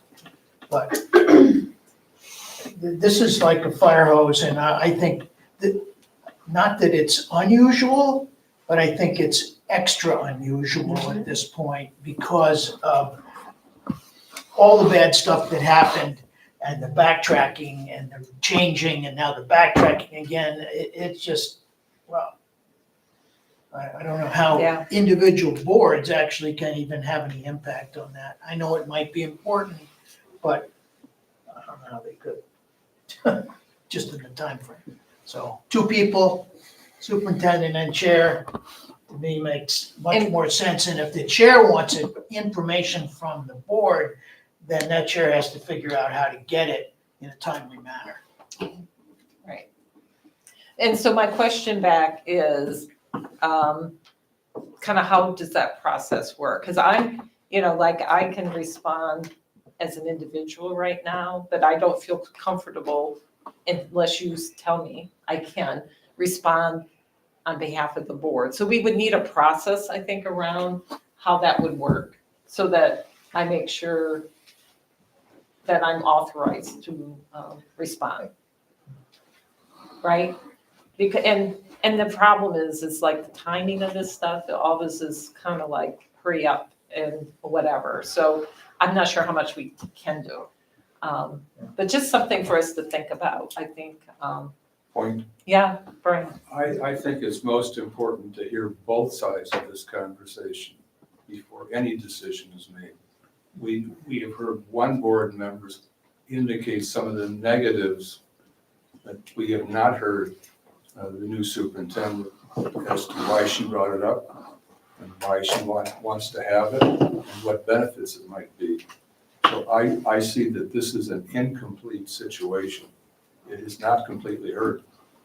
What is it? I'm sorry, I'm not sure I followed. Basically, the new superintendent indicated that she'd like to have members of the committees getting together and form a committee that would basically create a voice maybe to the legislature or through you to the legislature. No, okay, yeah, and it's basically creating a legislative committees whose purpose would be to keep track of what's happening. And that was just nothing that she said that was required. Yeah, go ahead. And she didn't come to the executive committee with that suggestion. No. She suggested that as she was drawn into the conversation. Okay, Right. That's what I needed to. Yeah, thank you, Tim. You're welcome. Thank you. Yeah, no, in no ways is she saying that we need to do, I mean, she'll throw ideas out, right? Only because of the situation we're currently in. Well, she should. Yeah, and she should. You might consider doing this. And so, some of those ideas I'm gonna bring back and say, well, and that's what I did tonight, right? So that folks could weigh in. Steve? Might it not be interesting to see if there's any appetite on the board to form one of those committees who would be interested in serving on it? And if there are people that are willing to do that, yes, I understand, another committee, all the things that go into that, but if there's people that are willing to do it, why would we not? I mean, there's no harm in, right, there's no harm. And so if folks are interested in doing that, send me an email, right? And then we can talk about it. Obviously, I understand completely, there's a lot of work to do, right? And there's no judgment if folks say, oh, I can't do this, right? And I'm happy to, fill this role as best I can. But at the same token, I'm one person and, and it's gonna have some of my bias, as I'm listening to things. So having more than one person kind of involved in that's not a bad thing too. But, feel free, to send me an email with your thoughts on this. It's nothing we have to decide here tonight. I just wanted to kind of like bring it up in light of everything that's going on. And also just like thinking about how can we respond if there is a time that we want to do a collective response. Not that we have to do this all the time. And most of the time, just doing what the School Board Association, like, Chip has indicated, it's just fine. It's just fine. But there may be a time that there needs to be more, as this new commission is getting, started and they start to make decisions around that is kind of what I'm looking to. And I think more importantly is, really getting at the front end and partnering and meeting with legislators more so that we're on the front end of it as things are developing, and being asked our opinion would be an awesome thing, right? It's better to be proactive than reactive. Yes, Mary Heather. Yeah, sorry, I just want to also just revisit and check just the mechanism for committee formation in general and just make sure that the process, is consistent with our policies and Sure,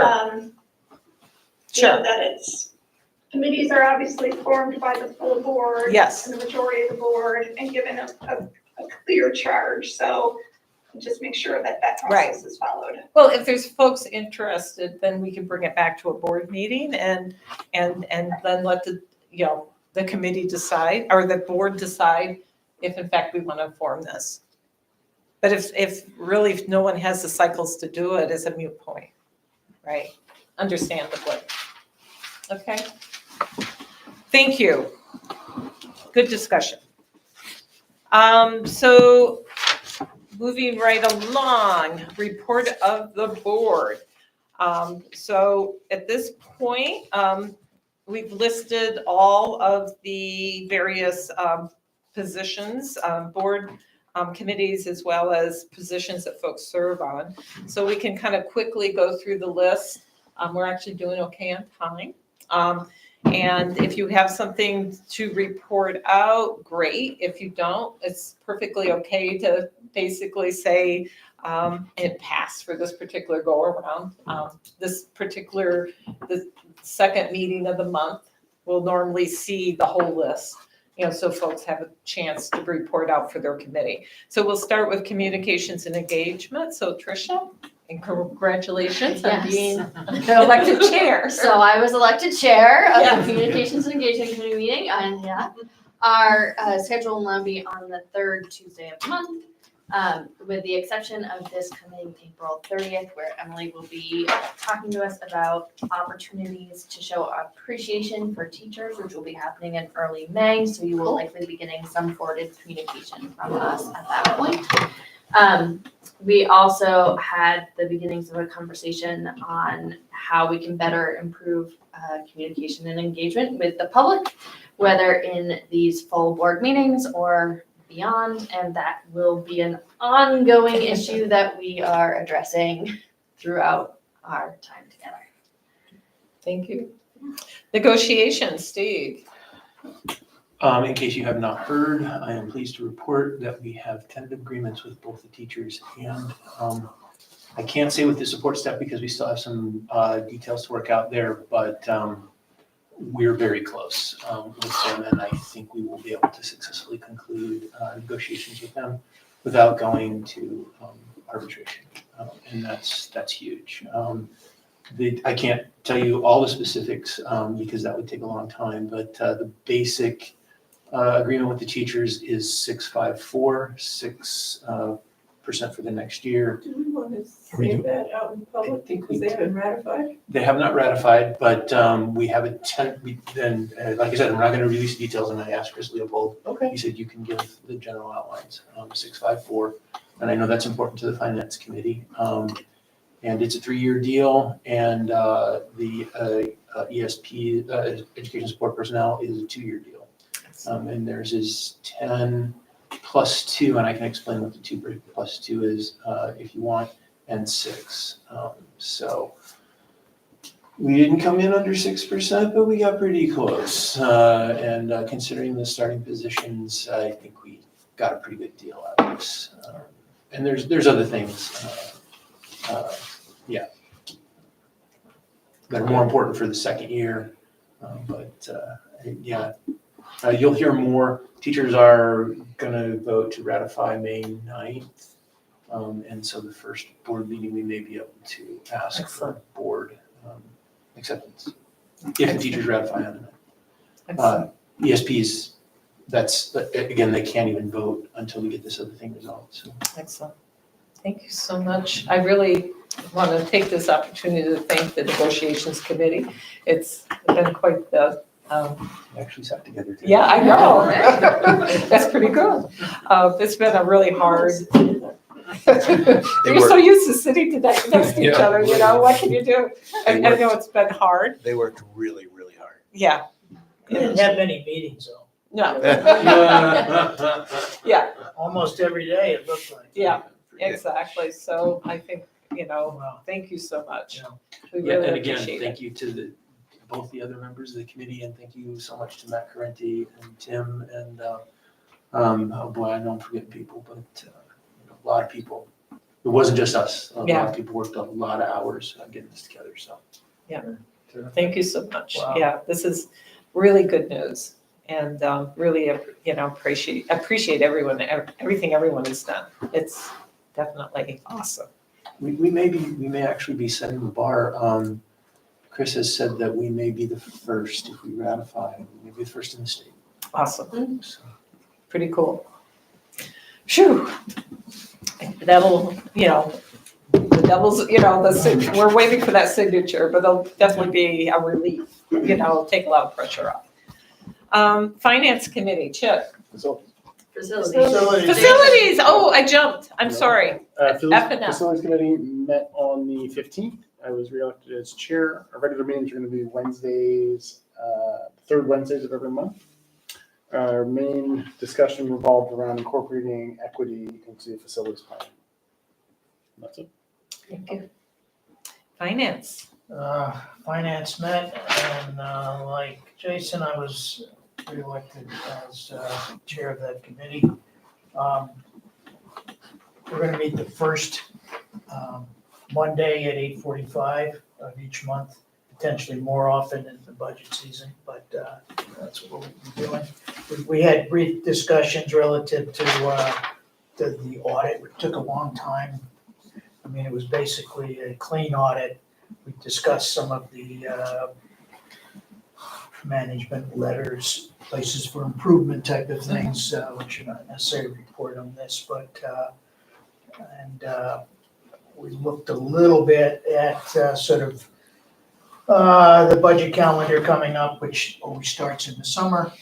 But, as you've said a lot, we're gonna have to, these kinds of information, relative to negotiations and that, which has been hanging over things, is gonna be helpful as Matt particularly goes forward, and all of us figure out how we need to become more lean, whatever that means, over the timeframe.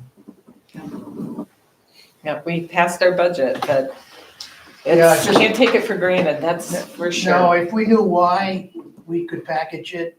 Those And folks, sell it. those folks that don't know why theirs failed, Yeah. they don't know Repeatedly. either. So, I mean, we're all in the same boat. Oh, totally. We're not having to deal with that acutely like the districts otherwise are. But everybody's gonna deal with it, and just even by the unknown with state funding. Yes. It's gonna be continuing bear, that's for sure. Absolutely. Thank you, Chip. Policy. The policy committee we met on April 3rd, so that means our meetings are tentatively set for the first Wednesday of the month, but we're already moving it to like the second Tuesday or something because of a scheduling snafu. It's myself, Steve, Laura, and Ellen. At our first meeting, we discussed 3 policies that were holdovers: A20, which is about board meetings, C9, which is a wellness policy, and E20, which is about community use of schools. And we'll probably, I don't know when, we'll probably be able to bring some of those to the board relatively quickly. I met with, people were meeting with Wendy. I met with Wendy a couple of days after the policy committee. She came there and has a lot of very keen interest in developing a policy structure with an ends policy. Some of you know what this is. I think the Hannaford, does the Career Center do it? Yeah.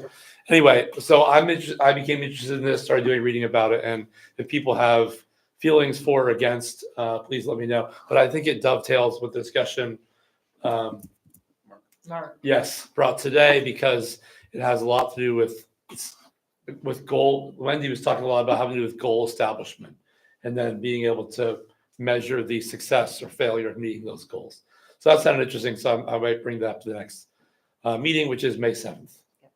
And as a board education topic, I could definitely arrange to have the School Board Association come in and give us a tutorial on what policy governance is. Mhm. This is really part of policy governance. You mean the end specifically or in general? Yes. Yeah. And kind of what that framework looks like and how does the board go about doing that. And so we could definitely schedule one of these, training things to have a presentation on policy governance. We talked about this in the past. Yes, Several times. yeah, Yeah. More Yeah. than once. yes. And but it's a new board, right? And Oh, so I know. it's definitely, because the ends policies basically identify what the superintendent's deliverables are and the expectations are. And so it's really pretty clear cut and you worked on that together. And so it really, I think personally, does clarify the roles pretty well when you move to that kind of a governance model. But, that's something down the road that we could definitely schedule and then decide as a board if that's something Okay. that we want to do or maybe in the future. Jason? Can you spell that word that you're saying out? ENDS. ENDS, Ends. yeah. Ends. Yeah, I'll tell you what, there's a description on the School Board Association website. I'll send the link out to that so folks could read it.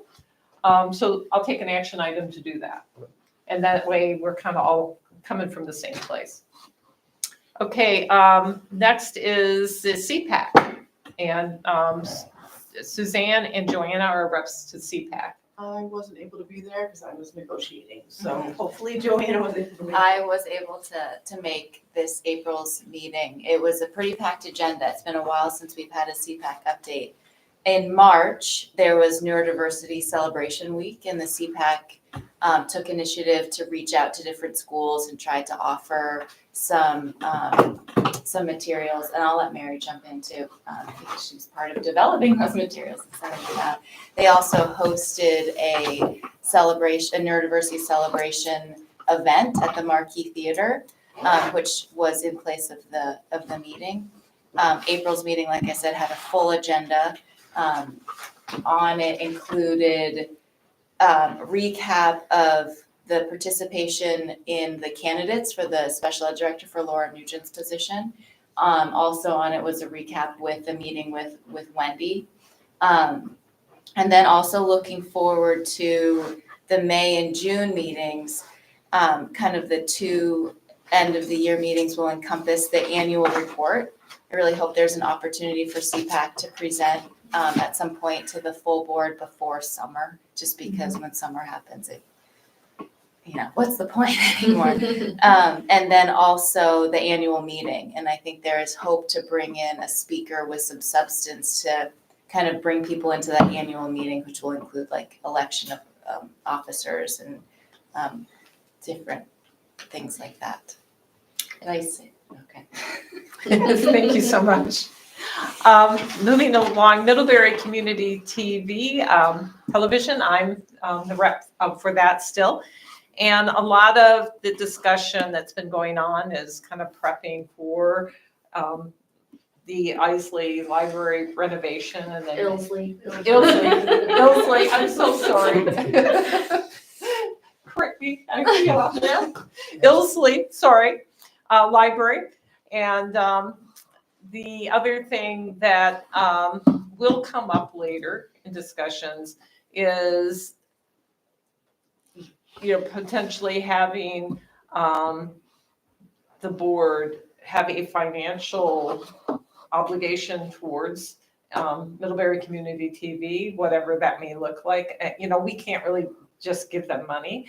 So maybe we all have to pay for services or, something like that. If but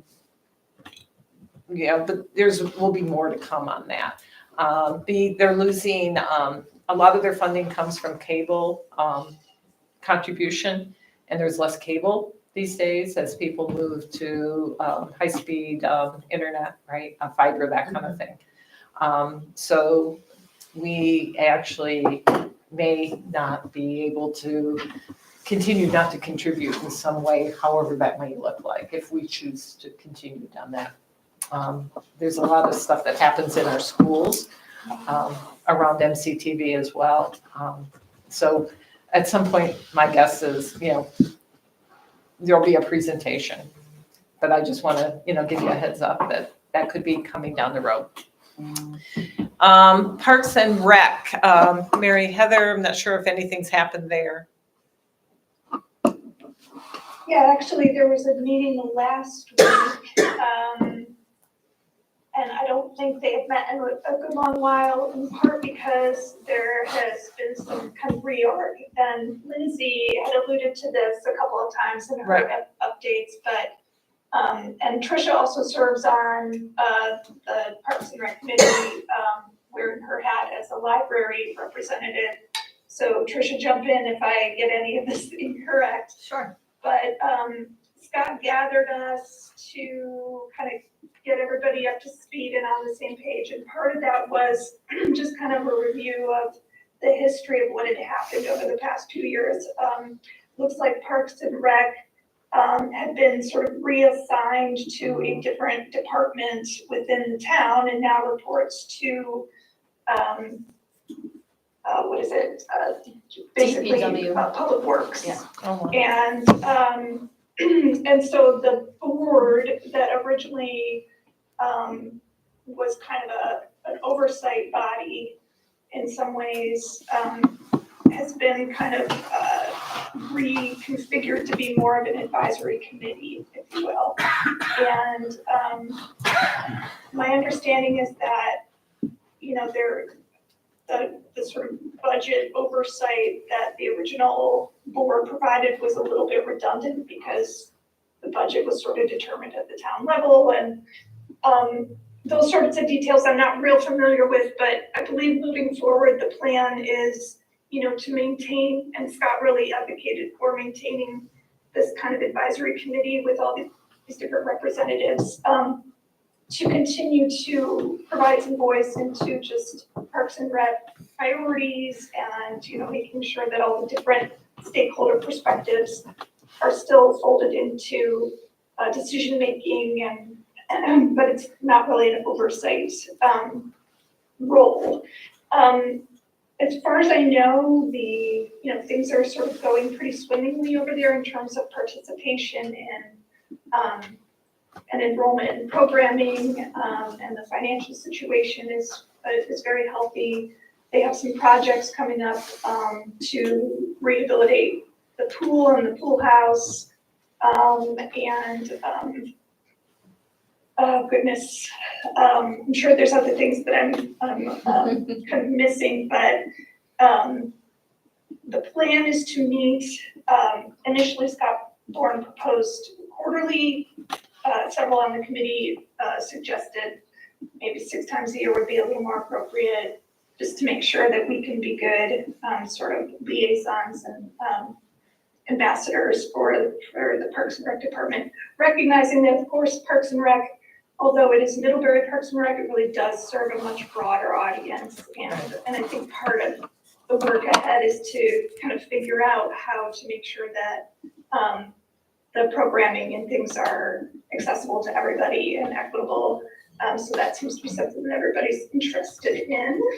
And that's really all I had. And I guess I would just invite Tricia to jump in if I forgot anything. Sounds like you got all the highlights, Mary Heather. Excellent, thank you. They headed for Career Center and Steve and Tricia. Well, I'll just say on a personal board level, as a heads up, students from the Career Center participated in Skills USA competition, including our student rep, Sophia Lawton, who got silver in the statewide competition for her work with human services and early childhood development. So next time you see or reach out to Sophia, please give her a pat on the back, because the Skills USA competitions are a big deal. And it's really great. A lot of the students who went to Skills USA actually ended up with medals. So the programs are doing really well. I think we cleaned up Diesel. I think we did Yeah. all 3 first, second, third. Yeah. What was that, Steve? Diesel. Swept. Yeah, I think You got all three places on that one. Oh, wow. No, diesel, gold, and silver, architectural drawing, silver, technical drafting, bronze, axis milling, bronze, advertising design, silver, early childhood education, silver, job skill demonstration, silver, Wow. related technical math, gold and bronze, teamworks, gold, and t-shirt design, gold. So it's real solid programming, and it's awesome that the kids are showing so well on the state level. And last year we had several go to the nationals, which they also did well in. The only other thing is that we're in the midst of superintendent evaluation, and I really am impressed with how robust the instrument is that we're looking at. It's going to go through policy committee, and it's going to get final board approval sometime soon. But I think it's a good. Judy Sklarstein helped us develop it, and everybody that knows Judy knows that she does good work. Yeah. And so hopefully, it's something we can look at with this board, because I think it's a good system. So. I look forward to that. Yeah, I don't know if it's premature. We were talking about another bond. Oh, no. Yeah, The Career Center? For one-time costs. it's one-time cost. One-time cost items. All of the vehicles are failing.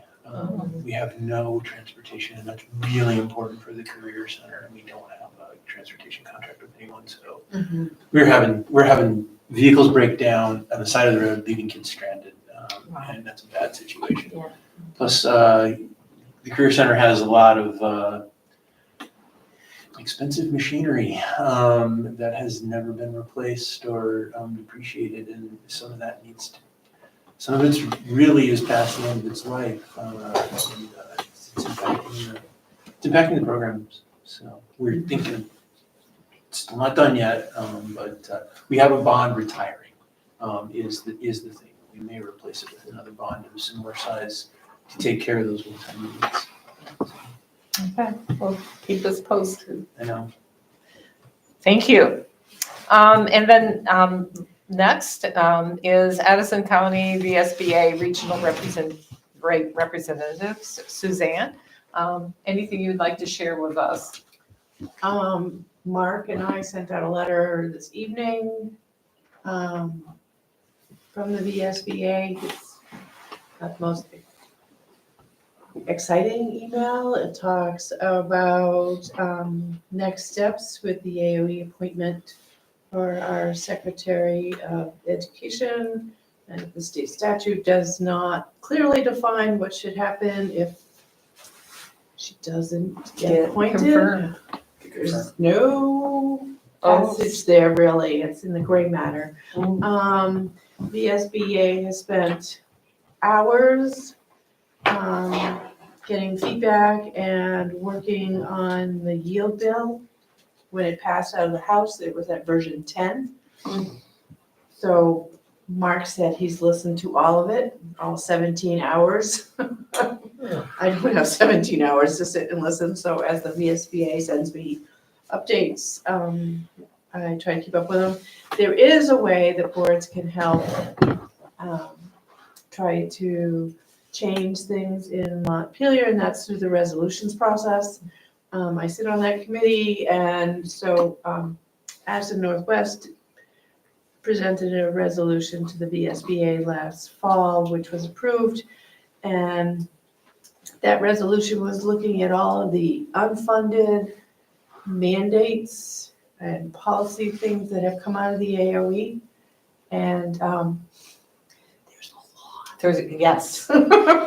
And so that's in a committee right now. They're working on it. And it's not just school board members that are on it. So they're looking at that and trying to figure out how to help the AOE with all of the stuff that they keep sending down and telling school districts and boards that they have to do, but sometimes with no directions on how to do it, you might say. Yeah. So we have that. We do have a legislative committee, but there's been so much happening so quickly that our legislative committee just doesn't meet. They're just sitting there in Montpelier doing it. Yeah, I think that's about about all. I mean, we do our own board training monthly, so you guys aren't the only ones doing board training and education, we get it too, so. But we meet minimum once a month, but I sit on the legislative committee and on 2 other committees through there, so. If, what would be the process? I know it's, right now is the resolution period where people are submitting ideas. Any suggestions, from an ACSD perspective, what we could or should be doing I there? mean, some of the resolutions that have come through have been looking at public dollars to non-public schools, whether they be religious or others. Some have been around school calendars because we do have some districts that share students across state borders. So how do you figure that out if, half your population comes from one state and the other half comes from another state?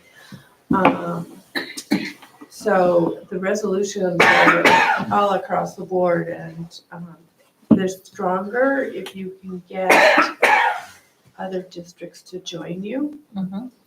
So, there's a link in the email that I sent out that I believe connects you up to all the current resolutions. You can read them and think about it. But yeah, if somebody would like to do one, I don't think ACSD has.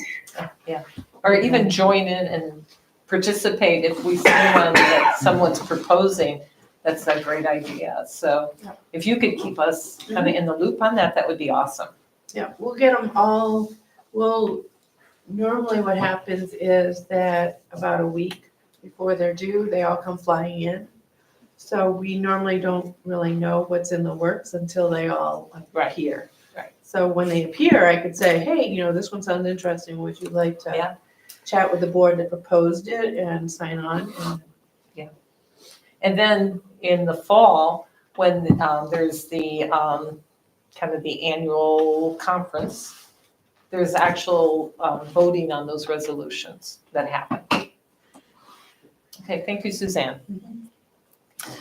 All right, next is public comment on any topic, and this is the time to invite folks to do that. Again, limiting our time to 3 minutes. So anyone in the room interested? Yes, and if I you. hope so. Yes. Yes, and if you could state your name, please. Leonard Barrett. Hi, my name's Leonard Barrett. My wife is Linda. I think most of you know. Oh my Linda. gosh, She yes, of retired course. clerk. Yes. And, but we care about the schools. We have for a long time. We care about the kids. I was board chair. I was board member. I was for 10 and a half years. I sit right where you folks sit today. And then I took a job working with Sean over here at the high school. Wife and I both graduated from here. And we raised our family here. Our kids graduated from here. And when I was board chair, we came together as a community and sold this as one board. Mm-hmm. And people were asking, when will schools be closed? And I said, 4 or 5 years, we'll start closing schools, you'll see it. And they said, okay. I was in charge of the one that put that straw poll together for Bridport to find out how the community was feeling before we actually moved forward with that. And they voted 3-1, and I was shocked. That said, here we are, I don't know how many years it's been, 8, 9 years later here, and we, as a board, have not done nothing. I have heard of nothing. And I think it's past time to be something to being done here. I don't believe this community will support $100 million bond to fix all these schools up if you keep them open. I do believe, my personal opinion, I think there should be one school in this community for elementary. But that said, I can swallow two schools maybe staying open, but I think it's time for this board to make some sort of a decision moving forward. We don't let the voters start turning down budgets here, because Linda and I have counted votes for a long time, either in Bridport, the high school, combination of the two. We've done it a long time, and this community has been very fortunate that budgets have passed. And I'd hate to see you come to the point where you've got to start making a decision on what to do because they're turning down budgets. I don't want to be like the other schools. That said, I have 3 other topics because I got 3 minutes. So my second one is I would personally like to put up another flagpole down here at the high school, and I'd like the American flag to fly by itself.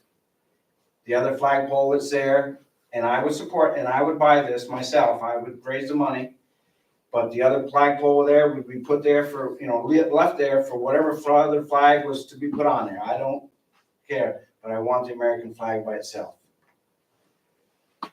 The other thing, I've had 2 parents call me. Linda and I talked about this one night, and the next day, 2 parents called me. I don't know why they called me, but they did.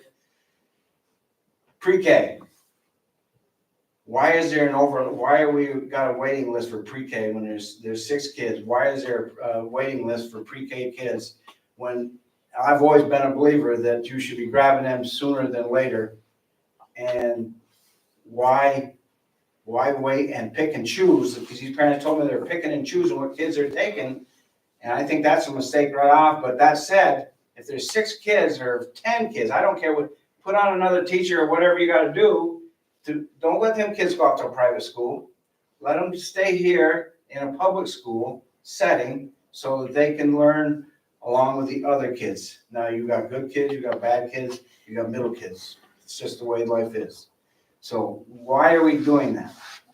And the thing that I'm most passionate about, you can even ask Peter Conlon, he used to be on this board, he was with me when I was there, but it's time for you guys to look at a turf field so we're not postponing games in the spring or in the fall, whatever, when Mother Nature. I'm not just asking for one type of turf field, I'm asking for a multi-purpose field so that if there's a game going on, we can play it instead of having to cancel or postpone to another, like last year. Month of May, we had a game every day. Every day we were doing games. And that's just a little bit much for the kids, and it's a little bit much for the health. And I just think that it's time for this board to take a look at that. I don't know how you handle it, but that's your headache. So I think that I've squeezed it in there, and I don't know how many minutes I was, but I tried to do it in 3 minutes. But I'd like to do a little longer on this school closure part here, but I put out what I was feeling. I just got to get off my chest because everything has been sitting there, and I've been wanting to come, but this school closure thing, it's time for something to be done there because we did this in 15. I think we passed this in 15. And I got off the board that year because of the job opening with Sean, and I wanted to work with the kids, and I've been there with the kids ever since. And I'll give one big plus for this administration, the 3 of them down at school this year. They changed some rules, and it's much better for the kids. Now, I'm not saying school is perfect, but it's much better for the kids, it's much better for the teachers and administrators, and I've seen it. So they did a big thing down there this year on changing, holding people accountable, let's call it that. Holding people accountable, and they did a big thing down there, but I just think it's time. So thank you for your time. I've waited 2 hours and 20 minutes. Thank you. Just Thank out you. that Thank 3 you, 4 minutes, so. Thank you for, All right, yeah, thank Okay. you for being patient and All right. waiting. Yes, Thank you. take care. Question? yes. Is it possible for board members to make public comment in this section? Or are they excluded? Well, we really aren't public, we're the Yeah. board. Yeah, Yeah. not in this setting, I don't think. Yeah. So the answer is no at this point? Right. Okay. I mean, if there's an agenda item that you want, you can, send an email to the executive committee and we can consider that and, I just thought it'd be interesting in case somebody came up with some information that was not made in a motion okay. and it could be provided. But the opportunity is not there. Okay. Yes. Hi, I'm Mary Slozar of Waybridge. It was interesting to me tonight to hear Mark from Addison Northwest talk about communication board communication and engagement, and to hear you all engage him on that topic too. And then Tricia, I know you all are revisiting this. And I just wanted to invite you all to reflect when you're looking at the, the policies from VSBA, and when the committee is thinking about this, about really whether or not this school board cares about informing and educating, which is a one-way street, or if you really value engagement, which is trying to hear the voice and the opinions of the community. And so it's really different. If you actually really want to hear from the community, then you need to make a really big effort to make that possible. And that is through your public comment policy. That is through the way you engage the community, going to them. If you want that voice, you've got to seek that voice, particularly when we've got such a diverse community in terms of ability and resources, transportation, and ability to engage you as a group. I think it's especially important given that we do not currently have an administration that has a family engagement, a real family engagement policy. There's no way for community members to engage the system except through you. So you have a particularly important role in that respect. Thank you. And anyone on Zoom that's interested in making a comment? Please raise your Zoom hand if so. Okay, so the next thing that we need to do is go into executive session to deal with personnel. And we need to give Jim time to pack up. We also need to do a motion. Yes, and we need to do a motion, right.